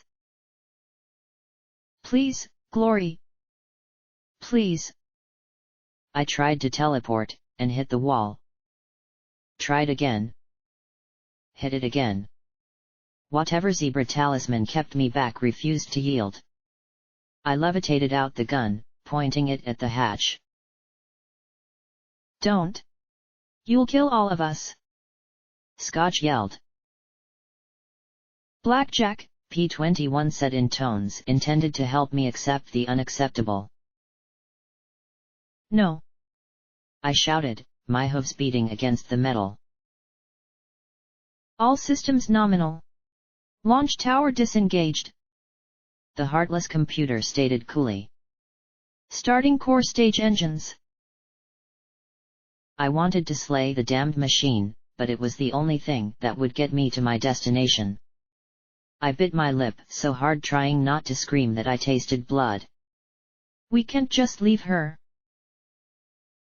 He reached out and put a hoof on my shoulder as the bulwark field activated around our rocket and the hiss beneath us turned into a roar. Core stage engine thrust stable. Booster ignition in 10, 9, 8. No, Blackjack. It's that? I'm sorry. He told me in tones that couldn't begin to console me, with words that couldn't begin to make this right. He was also the only thread of sanity keeping me together. What was one life to that of the whole world? Everything. It was a price to be paid. I could accept that. What I could not accept was another person paying it. I sobbed, looking out at Glory as she rose and turned to face out the window. Despite the distance that separated us, I could still make out her smile as she stared back at me. I saw her lips move, but the words were stolen by the dull roar bursting into a cacophonous thunder. The computer said something I didn't catch. Glory and the Space Center were gone from the window, and I staggered over to the communications terminal against crushing pressure and the shaking of the world. I stretched a hoof towards the monitor as I saw her slump. There was blood in the corner of her mouth, one wing shot clean through and dangling beside her as if about to fall off. Out the window behind her, I could see a column of magical fields vanishing as steam drifted over an empty launch pad. I collapsed to the floor, reaching towards her, straining my hoof to touch the glass. She placed hers over mine, two ponies separated by a pane of cold glass. I stared, willing the glass to dissolve, for her to come tumbling through, tears streaking down my face. Blackjack, she murmured, smiling as she wept. Tomorrow. Outside the windows, the world grew light, a sunrise from below. The monitor went dark. I squeezed my eyes shut.